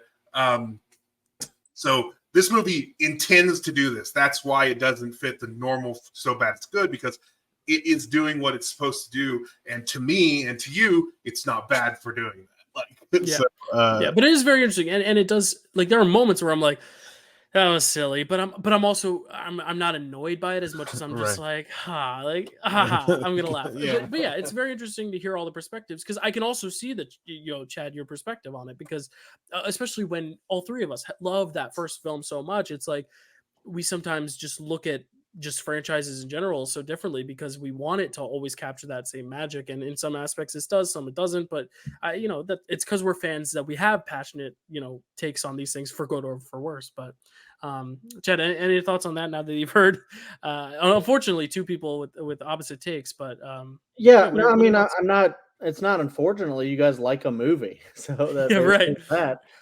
that's cool. That's something that you can throw on maybe as a compliment to the original Halloween, kind of a deal. If you like it that much and want to watch it all the time, I don't know. But, I do think, because I'm of the opposite opinion, where I just don't think this is a good movie. I think they have all these strands, but just nothing. Like they don't actually continue anything in an interesting way. And I think it is because of all that studio involvement. Just to touch on the Daniel Farron's thing, he is apparently very happy that there are people like you guys that actually go, you know what? I actually like a lot of stuff that's in curse, stuff. So like, thank you and stuff. But he said like at the end of like the interview that I read that he was like, I just wish Joe Chappelle had been able to like actually fight for some of the choices made to make it even, because you guys think it's a good movie, but maybe it could have been even better movie had like they fought the Weinsteins a little bit more and said, this is my movie, I'm the director, kind of a deal. But that being said, like looking at, because there's two different cuts, like a Blade Runner type situation, you have the theatrical and the producers, and we're sitting there nitpicking different things from each. I'm wondering if there's some sort of combination. The final cut. Yeah. The final cut. There we go. Another pitch. Joe Chappelle apparently wants to have nothing to do with the movies, I think. But like, maybe we can get a Farron's cut one day where he can go in and go, this is my real thing. The other thing that I wanted to touch on is you guys are talking about like rooting against the stepdad. I was almost sitting there thinking, that's probably a bad idea, but I was almost sitting there thinking like, what if this movie, Michael Myers hunted down and killed everybody except for that guy, and it's just a big, what I mean?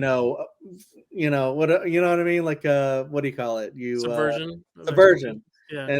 And I'm like, what if that guy, that fucking asshole, is the only one that survived? Well, and I want to clarify, I'm not for death in general. I'm a pacifist. I don't think anyone deserves to die, but I'm talking in horror context. Right. If you're gonna have someone get brutally electrocuted in a horror movie, make it someone that we, the audience, can viscerally go, fuck yeah, when it happens, rather than like the boyfriend of this character's sister's cousin's aunt. Like, it's like, oh wait, who is that guy who's getting murdered? He doesn't matter. And I do feel bad for the mother because she couldn't really help it. But I love her death too, in terms of like how the stage with the kind of clotheslines and the blood smearing and splattering. Like, I kind of love that. She's a big part. That actress, I had to look this up, is a big part of Better Off Dead, I believe. And she's hilarious in that movie. I do think there's a lot of different strands in this movie. Like I can see why you guys are picking up on certain things. Like I like that concept. But I think Matt was going to say something. Yeah. Oh no, I was just going to touch on the father, his death. I was actually going to say, even before Dyl said that I generally don't like root for people's deaths in these movies. Like I'm never like, oh, I want that person to die. Right.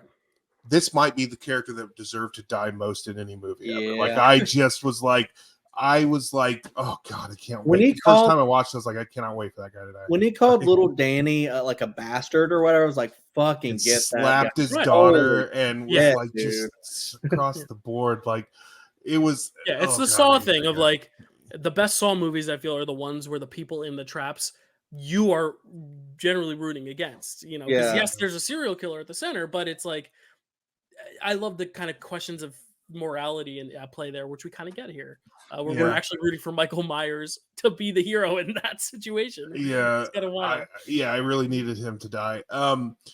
This movie had so like. Wait, so Chad, do you have one more thing to say on that? Sorry, did you have one more thing? Yeah, I didn't want to stop Matt from making his. No, you're good. But just one more quick thing is just that I think another reason why this movie gets off on the wrong foot for me is the way it starts with, and it's different with the different cuts, but the way it starts with Jamie's character. And it's like you have one more chance to do her justice, and then they just like straight up murder her like very quickly early on. And I'd like to touch on that. Yeah, real quick, because you were saying we were talking about earlier with Rachel's death that like there's a way to do it, and there's not a problem with killing off a character from a previous movie as long as you do it for a purpose. I thought there was a purpose for this. This is actually one of the few places where I think the theatrical cut does work a little better than the producer's cut. Although I think I like that the producer's cut leaves her alive at first. I wish they hadn't killed. Like I would have been fine with. Yeah, they give her a little living. bit more time to kind of A little more time, and so get closure. I guess, to have a little bit of closure with it. I think that her death scene is so cool. I wish they had given it to someone else. I think that death scene is so cool. But I think in this case, killing her makes sense because she dies protecting her child, and then the child is the focus. Like, it is passing a torch, whereas Rachel's death was not doing that. And that to me is I don't mind it also because it's like you already kind of squandered her story anyway. Yeah. It's like almost like if you're not going to have the perfect redemption for her, if you don't have a plausible path to redeem what was so promised in 4, 5 squandered any promise of that character. So 6, it's like we don't want to just kill her off screen like the last girl we were talking about, Rachel, but at least give her something. But she's really inconsequential at this point. And like Matt said, it is to get that baby into the picture. Right. In dying, she could have been part of the team, but it's like, it didn't. She didn't need to be there. There wasn't else to tell her story. By dying so early in the film, she actually is part of the film as a whole. Like, she helps set the film into motion. And I think it would have made the film stronger because I don't think any closure at this point, because of what 5 did, would have been satisfying closure. So I feel like better to just honestly get it over with. I hate saying that in terms of someone's life, but it's like, get it over with so we can just focus on the main story at hand. And I agree. I agree. And speaking of that beginning, I think that the theatrical cut or the producer's cut does that beginning better because it doesn't feel as frenetic. You kind of get some time to understand what's going on a little bit better. And I like that. And I also like the ending. I know that you said that there's a lot more action. There's a lot more action in the theatrical cut. I actually like the weird druid ending that we get in the producer's cut. I really dig that. It works for me. I think if you want the explanation of like more of cult stuff in terms of sensical, like make this make sense, the producer cut might be better. But if you just really don't care about the cult stuff and it's like, I'll accept it, I just want an entertaining movie, then the regular cut is the way to go. But I think both have merit. I love both, so like I watch them differently. Like to me they're like a separate timeline. Yeah, because we do got to give out some performance awards. But before we get to that, Chad, I think you have one more thing to say, and then we'll get it because I know we have like 5 or so minutes. So let's. I do, and I was going to read a little thing, and it's kind of a downer, but maybe we can end on a joke or something like that. Let's do a downer, and then we'll do superlatives, and we'll end on the So the basic, I just want to read this quick paragraph real quick because, like I said, Curse, the way it begins with Jamie, like the way like she ends in 5, I don't think like I don't think it's like, well, now we got to put her out of her misery because her shit's all bad. I feel like there was a way to have her have a more uplifting story in Curse.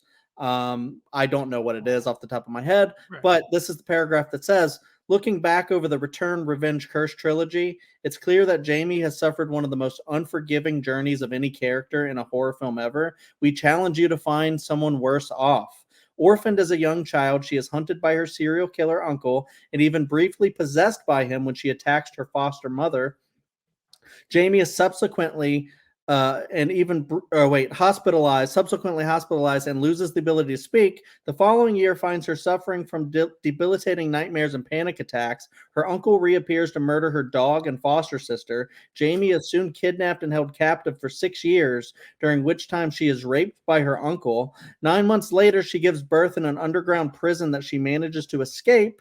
And then her uncle follows after and stabs her in the gut. She somehow survives, only to be shot in the head while asleep by the man in black. Now that is a bleak life devoid of joy and happiness. Yeah, and I feel like that's most of that is Curse doing that job. So that's why I kind of think this movie starts off on a bad foot. And I told you I was going to be a little negative there. No, it's fine. But I totally understand like where you guys go. Well, once her story is done, as upsetting as it is, there's still a lot of fun stuff in that movie. Right, yeah. And that's the thing. It's like they could have either tried to find a way to give her like a happy ending or just say, we really don't know what else to do with this character. We'll just that's cut her. And I think it's interesting, like, because I don't think there is a satisfying way. Because if she does live happily ever after, there's a chance they just kind of do what they did with Neve Campbell in The Last Scream and just say, oh, she's in a better place. She's happy. And it's like almost like people want to see that. But some people are happy with that. And people are like, great, she's happy. Like, I think there's no way to win. And it's an interesting conversation because I agree.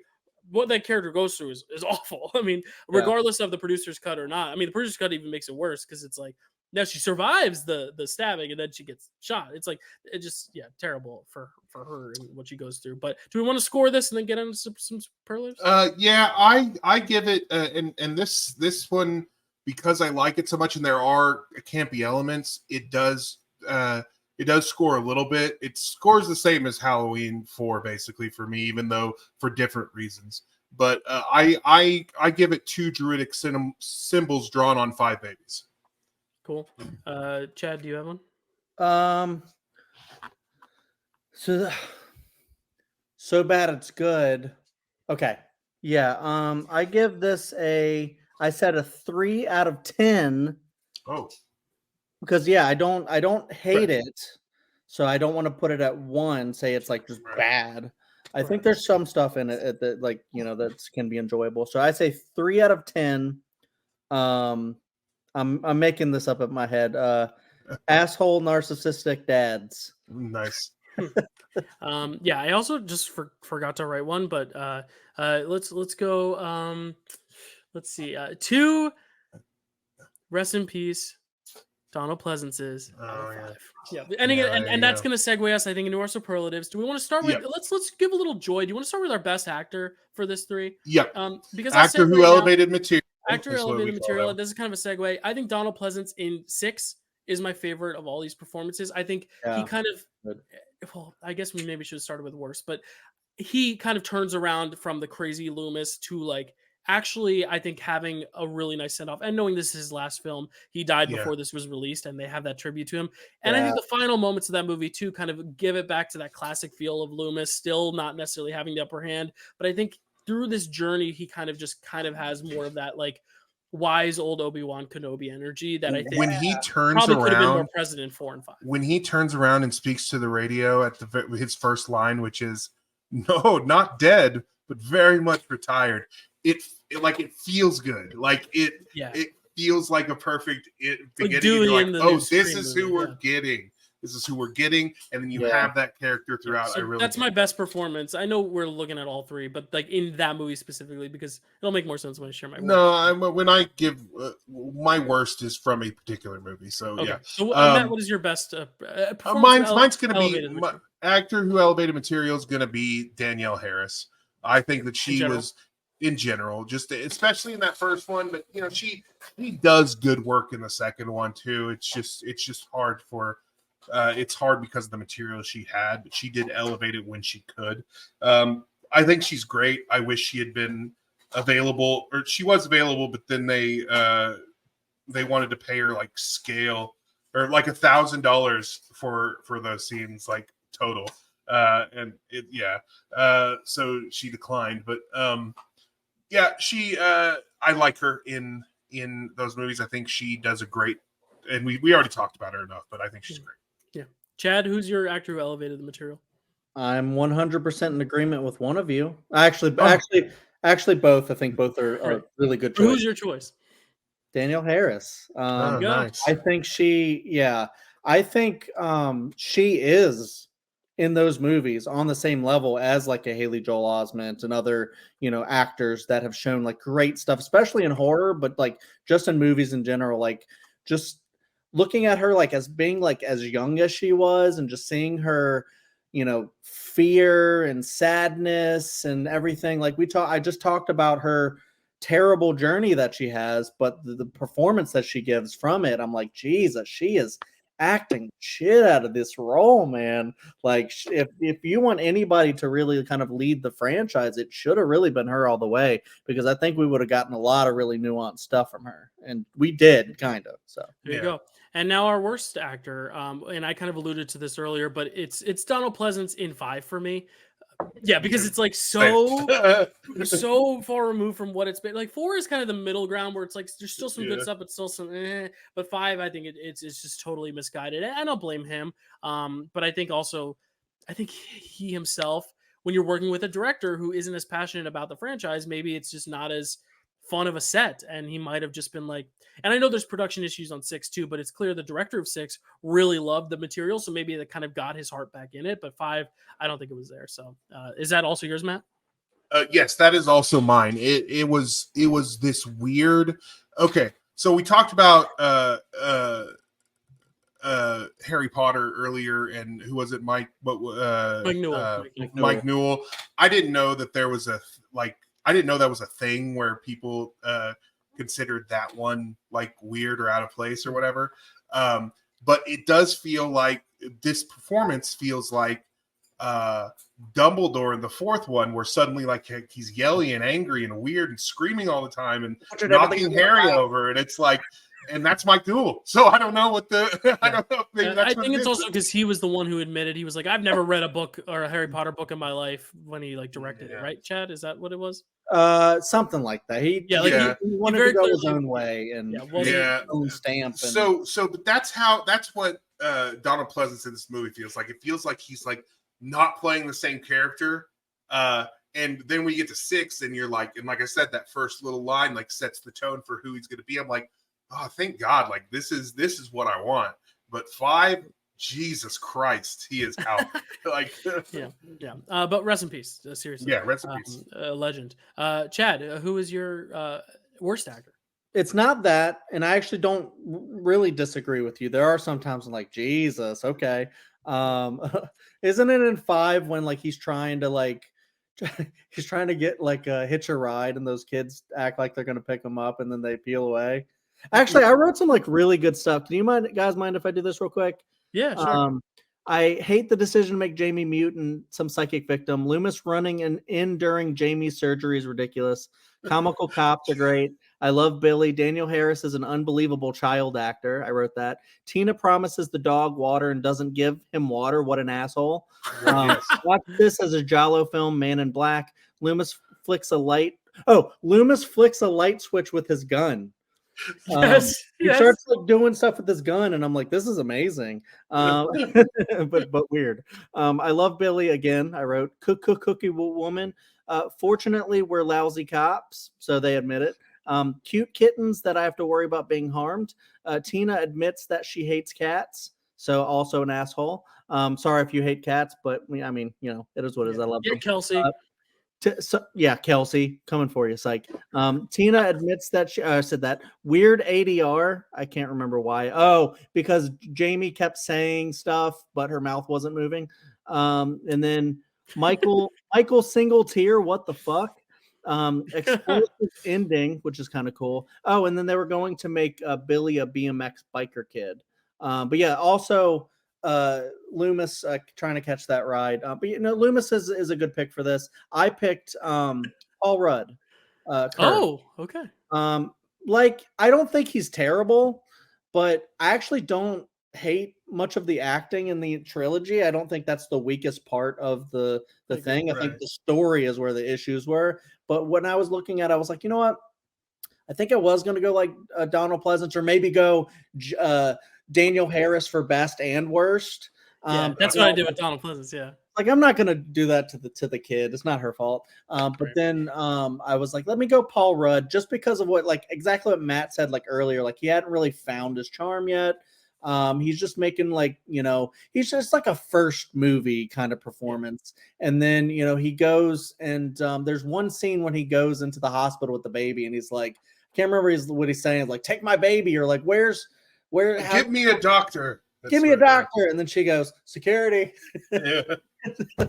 I just love that scene, but I'm just like he's never been into a hospital. Like the doctor doesn't greet you out here. Like I don't know. Goes in so extreme.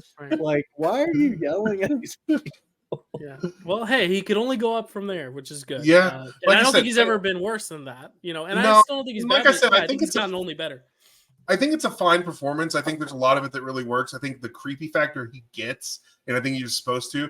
And sometimes you get, especially because he's holding a baby, he gets to skulk off like a villain a lot. But he kicks Michael Myers' ass with a pipe. Like I said before, he just hadn't learned to, and you get this from some of his earlier movies. You get a little bit from Clueless, but not as bad. Where he hasn't learned to harness his charm properly yet. So you get kind of the charm that's just kind of oozing instead of being directed. It's a fine pick. I think it's a fine performance, but I see where you're coming from on that. What's up next on the docket, Matt? Let's do worst lines of dialogue. Honestly, there wasn't a lot of bad lines of dialogue, so I chose a couple that I like, but also I think are kind of funny that I like them.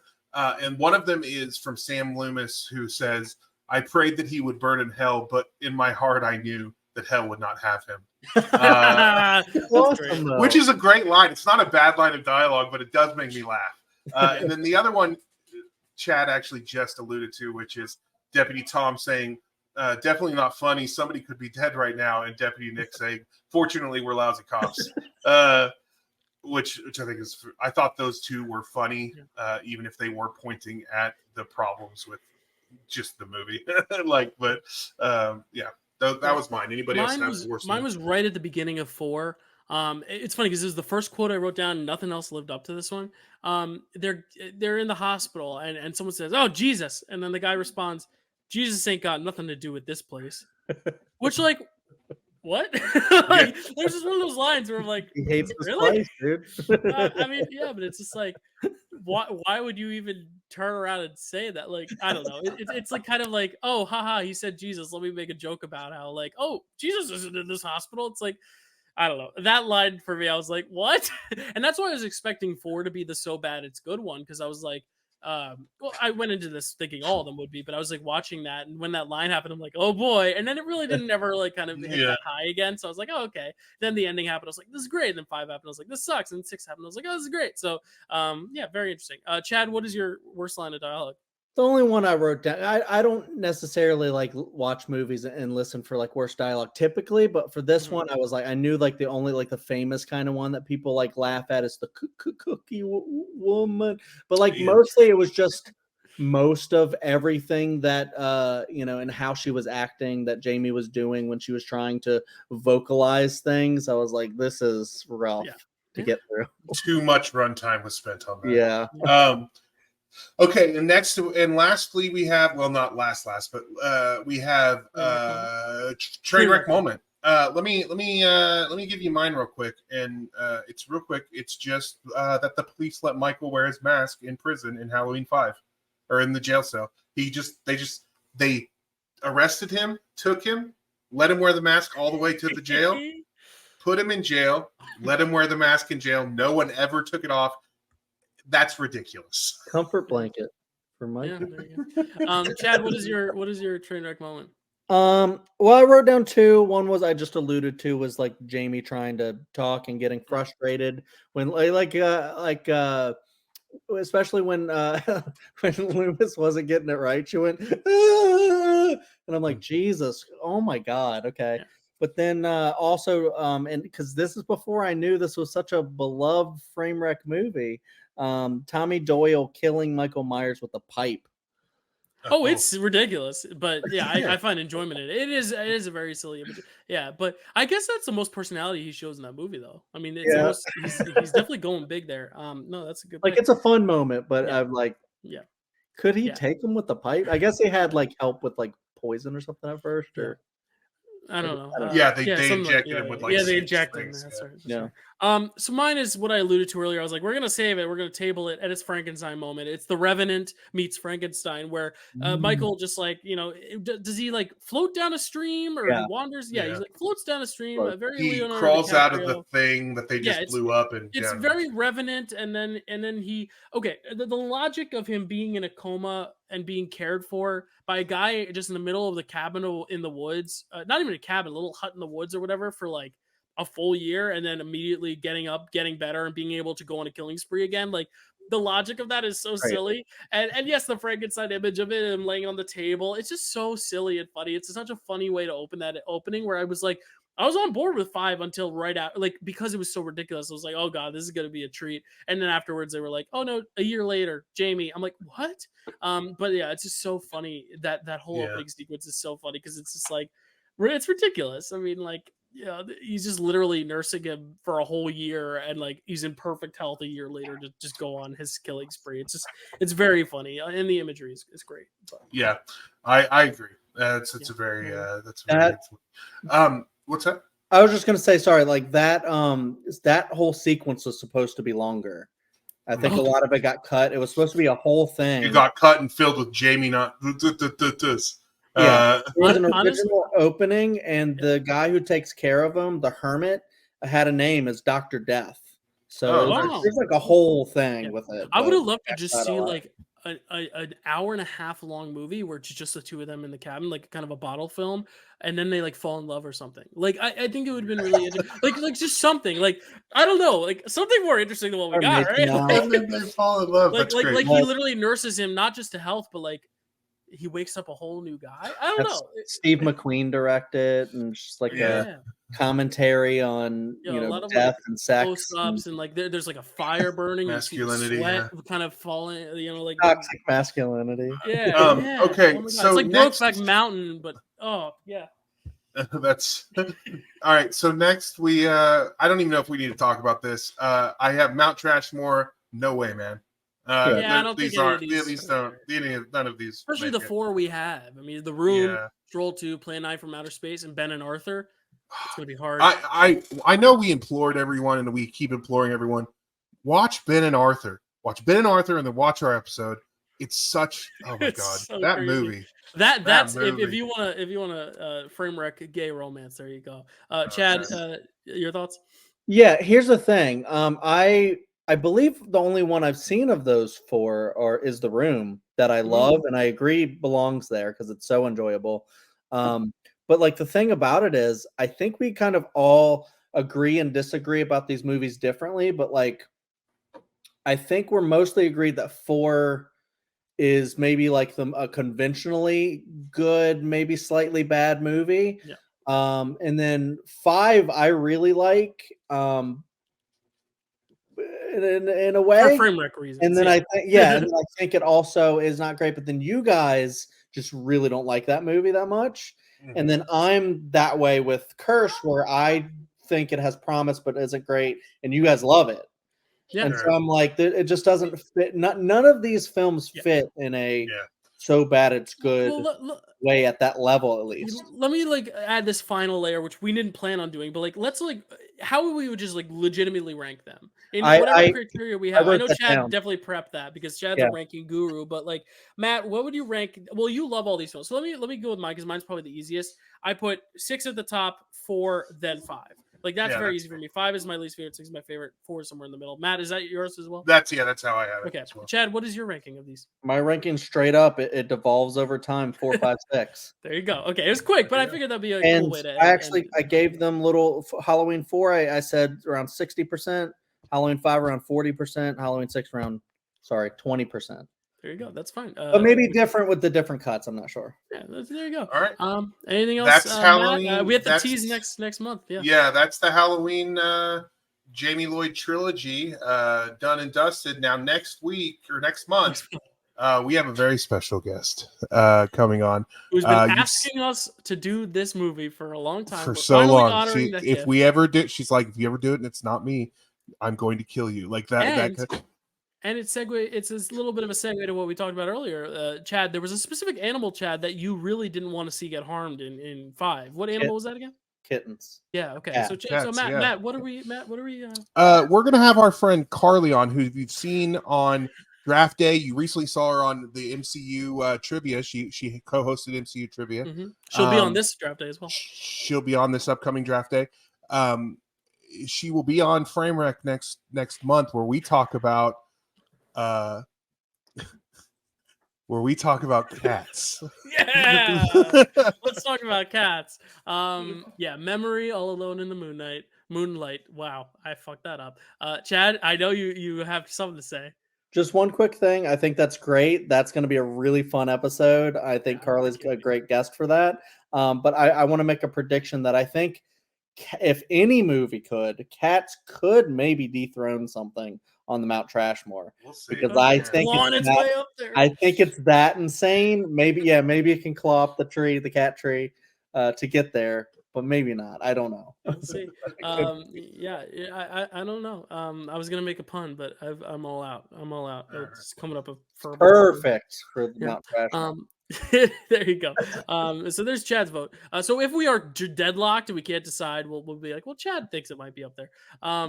but yeah, Cats will be next month. And of course, always thank you, Chad. I mean, you're everywhere on this channel, as are you, Matt. But like, thank you guys again. I mean, this is so fun. And I know Halloween, especially, like we're each watching our own set of horror movies, and I'm prepping 6 shows. Chad, you're on 3 of them or whatever. Like Matt, you're on a bunch of them. Like there's a lot going on, but I appreciate you both for all this in the midst of also an MCU tournament that you're both heavily involved in. So thank you guys, and I hope you have fun. I know, and I'll tell you, Chad, I know before, like way back when we first asked you to do this, you know, you were wondering about the whole so bad it's good concept and stuff, but I do feel like you embraced it when you were listing off those bullet points for 5. I'm like, you get it. And I think that's the spirit of the show. And so it's great always to have you, especially for a horror episode. So thank you for joining. And thank you for bringing Elliot on for a little cameo there. And thank you all for watching. You can find Matt and I at these places. Chad, where can they find you? Yeah, over on Picture This. Watch out that show if you like the so good it's bad stuff. Behind the scenes stuff. This is coming out a day before Picture This, which will be coming out the way I'm airing them. Picture This will be out tomorrow. Then the day after will be my Saw Patrol review, which I've been marinating on for a month. Then the day after that will be 2 videos, Draft Day and a Kelsey and I's 31 Days of Halloween wrap up. So you're getting 4 days of videos in a row, all horror themed for this Halloween weekend. So anyway, Chad, yes, check out Picture This. So fun. Yeah. If you like the so bad it's good movies and you've been curious about Best Picture nominees, well, Dylan and I are watching all of them. And you know, we've done a lot of years. You can go back to the catalog starting with 1994, and then this month we're doing 1999.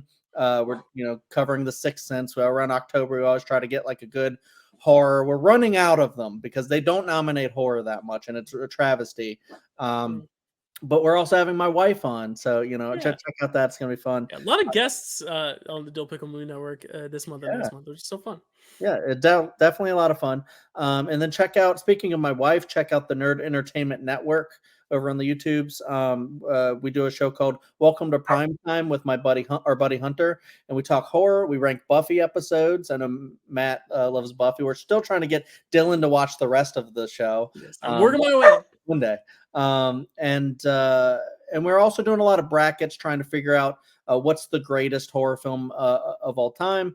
Going through the decades, trying to figure that out. We have a lot of really good ones that we've picked for each decade. Check that out. And then check out my channel, Chadwick Webb, where we do a lot of rankings. I've had Dylan on there quite a few times. We'll have to get Matt on at some point with the franchise that he loves or something that could be fun.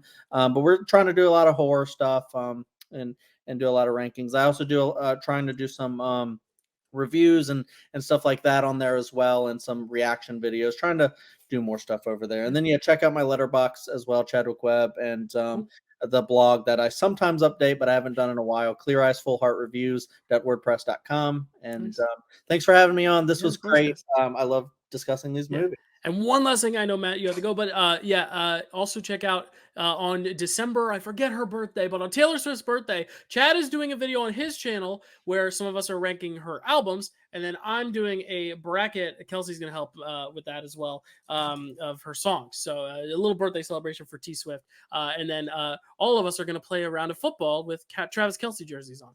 That is a joke. But we'll all see you guys next month for Cats. Meow, meow. Matt knows that reference. Big Brother 12. Meow, meow. What a story, Mark.